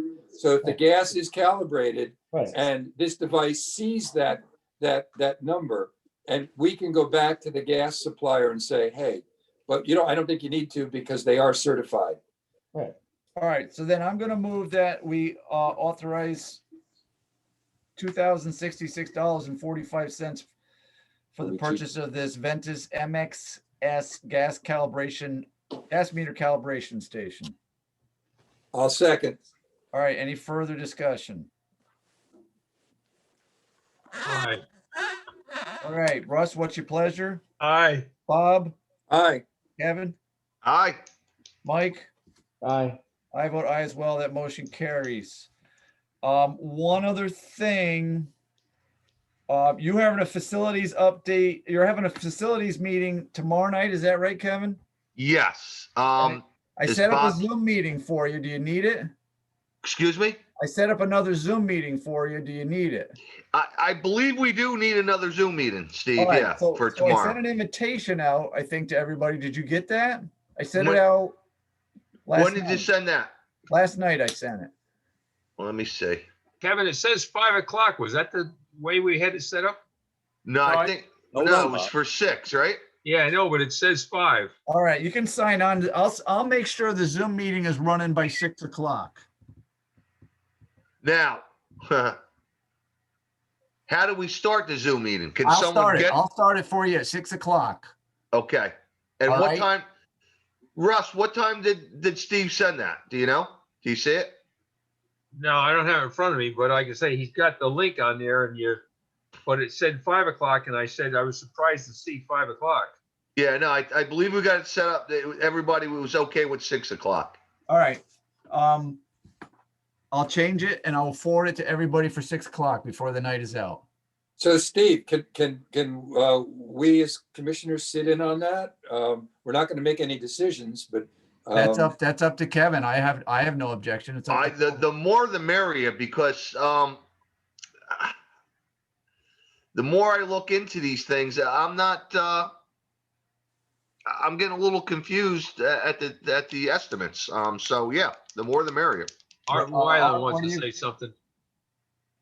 I've been monitoring email. I don't have that link from Steve yet. I haven't All seen right, it. I'll send it out. I'll send it out again before the night is Steve? out Steve, What? you send it at 6 o'clock, 10 after 6. on Tuesday night, right? I'll tell you in a minute. I got it right here. February 9th. What day was February 9th? Yesterday. Yesterday. At 6:11 PM is when they came through. All right, apparently everybody didn't get it. I will modify the time and resend it. And it's, yeah, it says 5 o'clock, so we'll make it 6. All right. But Steve, if I follow what Kevin was saying, he doesn't know how to run this. I mean, we got a thing to click onto it so we can all get access to it. Are you gonna open up the meeting? I will start the meeting at 6 o'clock and I set it up so that people do not have to be admitted. You might get Zoom bombed, okay? But people don't have to be admitted to the meeting. So it's gonna be pretty much an open meeting. Now, I assume Don is gonna be at the firehouse. Am I correct, Don? I'm trying to figure out. There's only Yes. some Yes, people at Don the is going to be, firehouse. Don and Kevin will be at the firehouse. Okay, so you have a computer there to operate with? Me? Well, I mean, I see on a screen tonight. Who are you on? Yeah, that's because of our tech. That's because of Tech Guy Bob. There he is, Tech Guy Bob. You know, I'm convinced, I like Don, I'm convinced this computer thing will never catch on. It's just a fad. I mean, Yeah, it's kind of like going on a hike with a broken leg. So All right. Steve, are you going to join us on the meeting? I wasn't planning on it because I'm work-wise been stretched Okay. to the limit, right? Okay. I will resend the invitation and I will include you, Bob, unless Kevin jumps up and objects. Absolutely not. And You and may all have object by the end. you should- No, you should no, all have Bob. that tonight. No. So is there anything from the public that anybody, we got Heather out there, we got Art out there, we got Elliot out there, Glenda, Tony, anything from anybody in the public? Yes. Art? Okay, yeah. I sent a very brief email to the board and I copied Don and Kevin. On behalf of the ZBA, a individual asking for a variant has requested that the fire company look at his property in terms of the accessibility of equipment up by his house. Russ was at the same meeting, as I mentioned in the email. So I also copied Rod on this because I just wanted to let you all discuss it if you need to in any particular ways. The emails, when did I send that out? Just as 7 o'clock. Art. 7 o'clock. Yeah, 7 o'clock. 7:06, something like that. Yeah. So that is the request we have. They mentioned asking the chief to come and look at it, but I know The that chief already has. you've looked at that property. Yes. Could you inform the ZBA of any opinions that you have, if that's appropriate? Well, I'll respond back to you right now, Art, because when you said I sent it out, I said, I haven't gotten anything. And I see you got it at 7:09 tonight. So I'll send it back to you. I did look at it and I understand his concern. It's a rather, let us say, confined area, but I'll send that response back to you that going up there and looking at it, going up the driveway. And I agree with the landowner's concern and granting that for our emergency purposes and size of vehicles. So I'll reply back to you and say, Rod? I don't think this is our business. Well, I was gonna ask that question. What professional qualifications do any of us have to decide whether a driveway is big enough for a turnaround? That's what state codes are for. And that's what the planning and the zoning board should be interpreting. I don't think anybody among us is qualified to give an opinion on that. And should not be giving an opinion. I guess that's your answer, Art. Would you, if Rod could send me a short note on that, that seems like the fire district that might be appropriate for the fire district. It's in the town's bailiwick to deal with it, not the fire district. If Right. if Rod could do that, I'd appreciate it. Yeah, I can. Well, Rod, You could also, if Don wants to say anything, that's fine too. I'm just looking for feedback on behalf of the landowner and the ZBA. But if Don says anything, he's saying it as an individual, not as a representative of the fire district. Okay, That has to thanks. be made clear. Very good. Thank you very much. That's it. All right, anybody else from the public? Bless you. Oh, excuse me. All right, if that would be the case, I think, Kevin, what my plan was relative to facilities committees, you get this information under your belt, or this meeting under your belt tomorrow, and then at some point, I think we got to set up a separate meeting to discuss your proposals and what you have. Just Absolutely, Steve. dedicate a meeting to this, somewhere around the end of February, beginning of March. Yeah, because just starting this tomorrow, I don't know how far we're gonna get tomorrow. Right. Russ, you got anything? No, I think I share the same feelings that you do.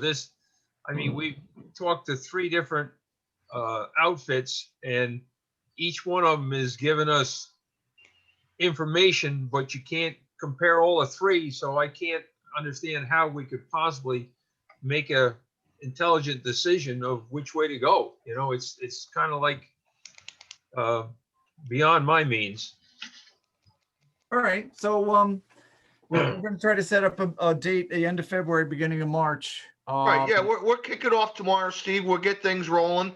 Bob Key's gonna be there. He'll have some input. All right, and I'll resend out that invites. With that, I do cover a motion to adjourn. I'll make a motion to adjourn. Okay, I will second it. Bob, what's your pleasure? Aye. Mike, Aye. Russ? Oh, I'd like to continue for a while. Okay, we'll take that as a Later. no. Kevin? Aye. And I vote aye as well. The motion carries. I will send out that invitation. I do wish you all a good night. Thank you all for attending, and we got some work to get done, so I do appreciate it. Thank you. Have a Steve, good I'll night. get these documents to you tomorrow. All right, have a good night.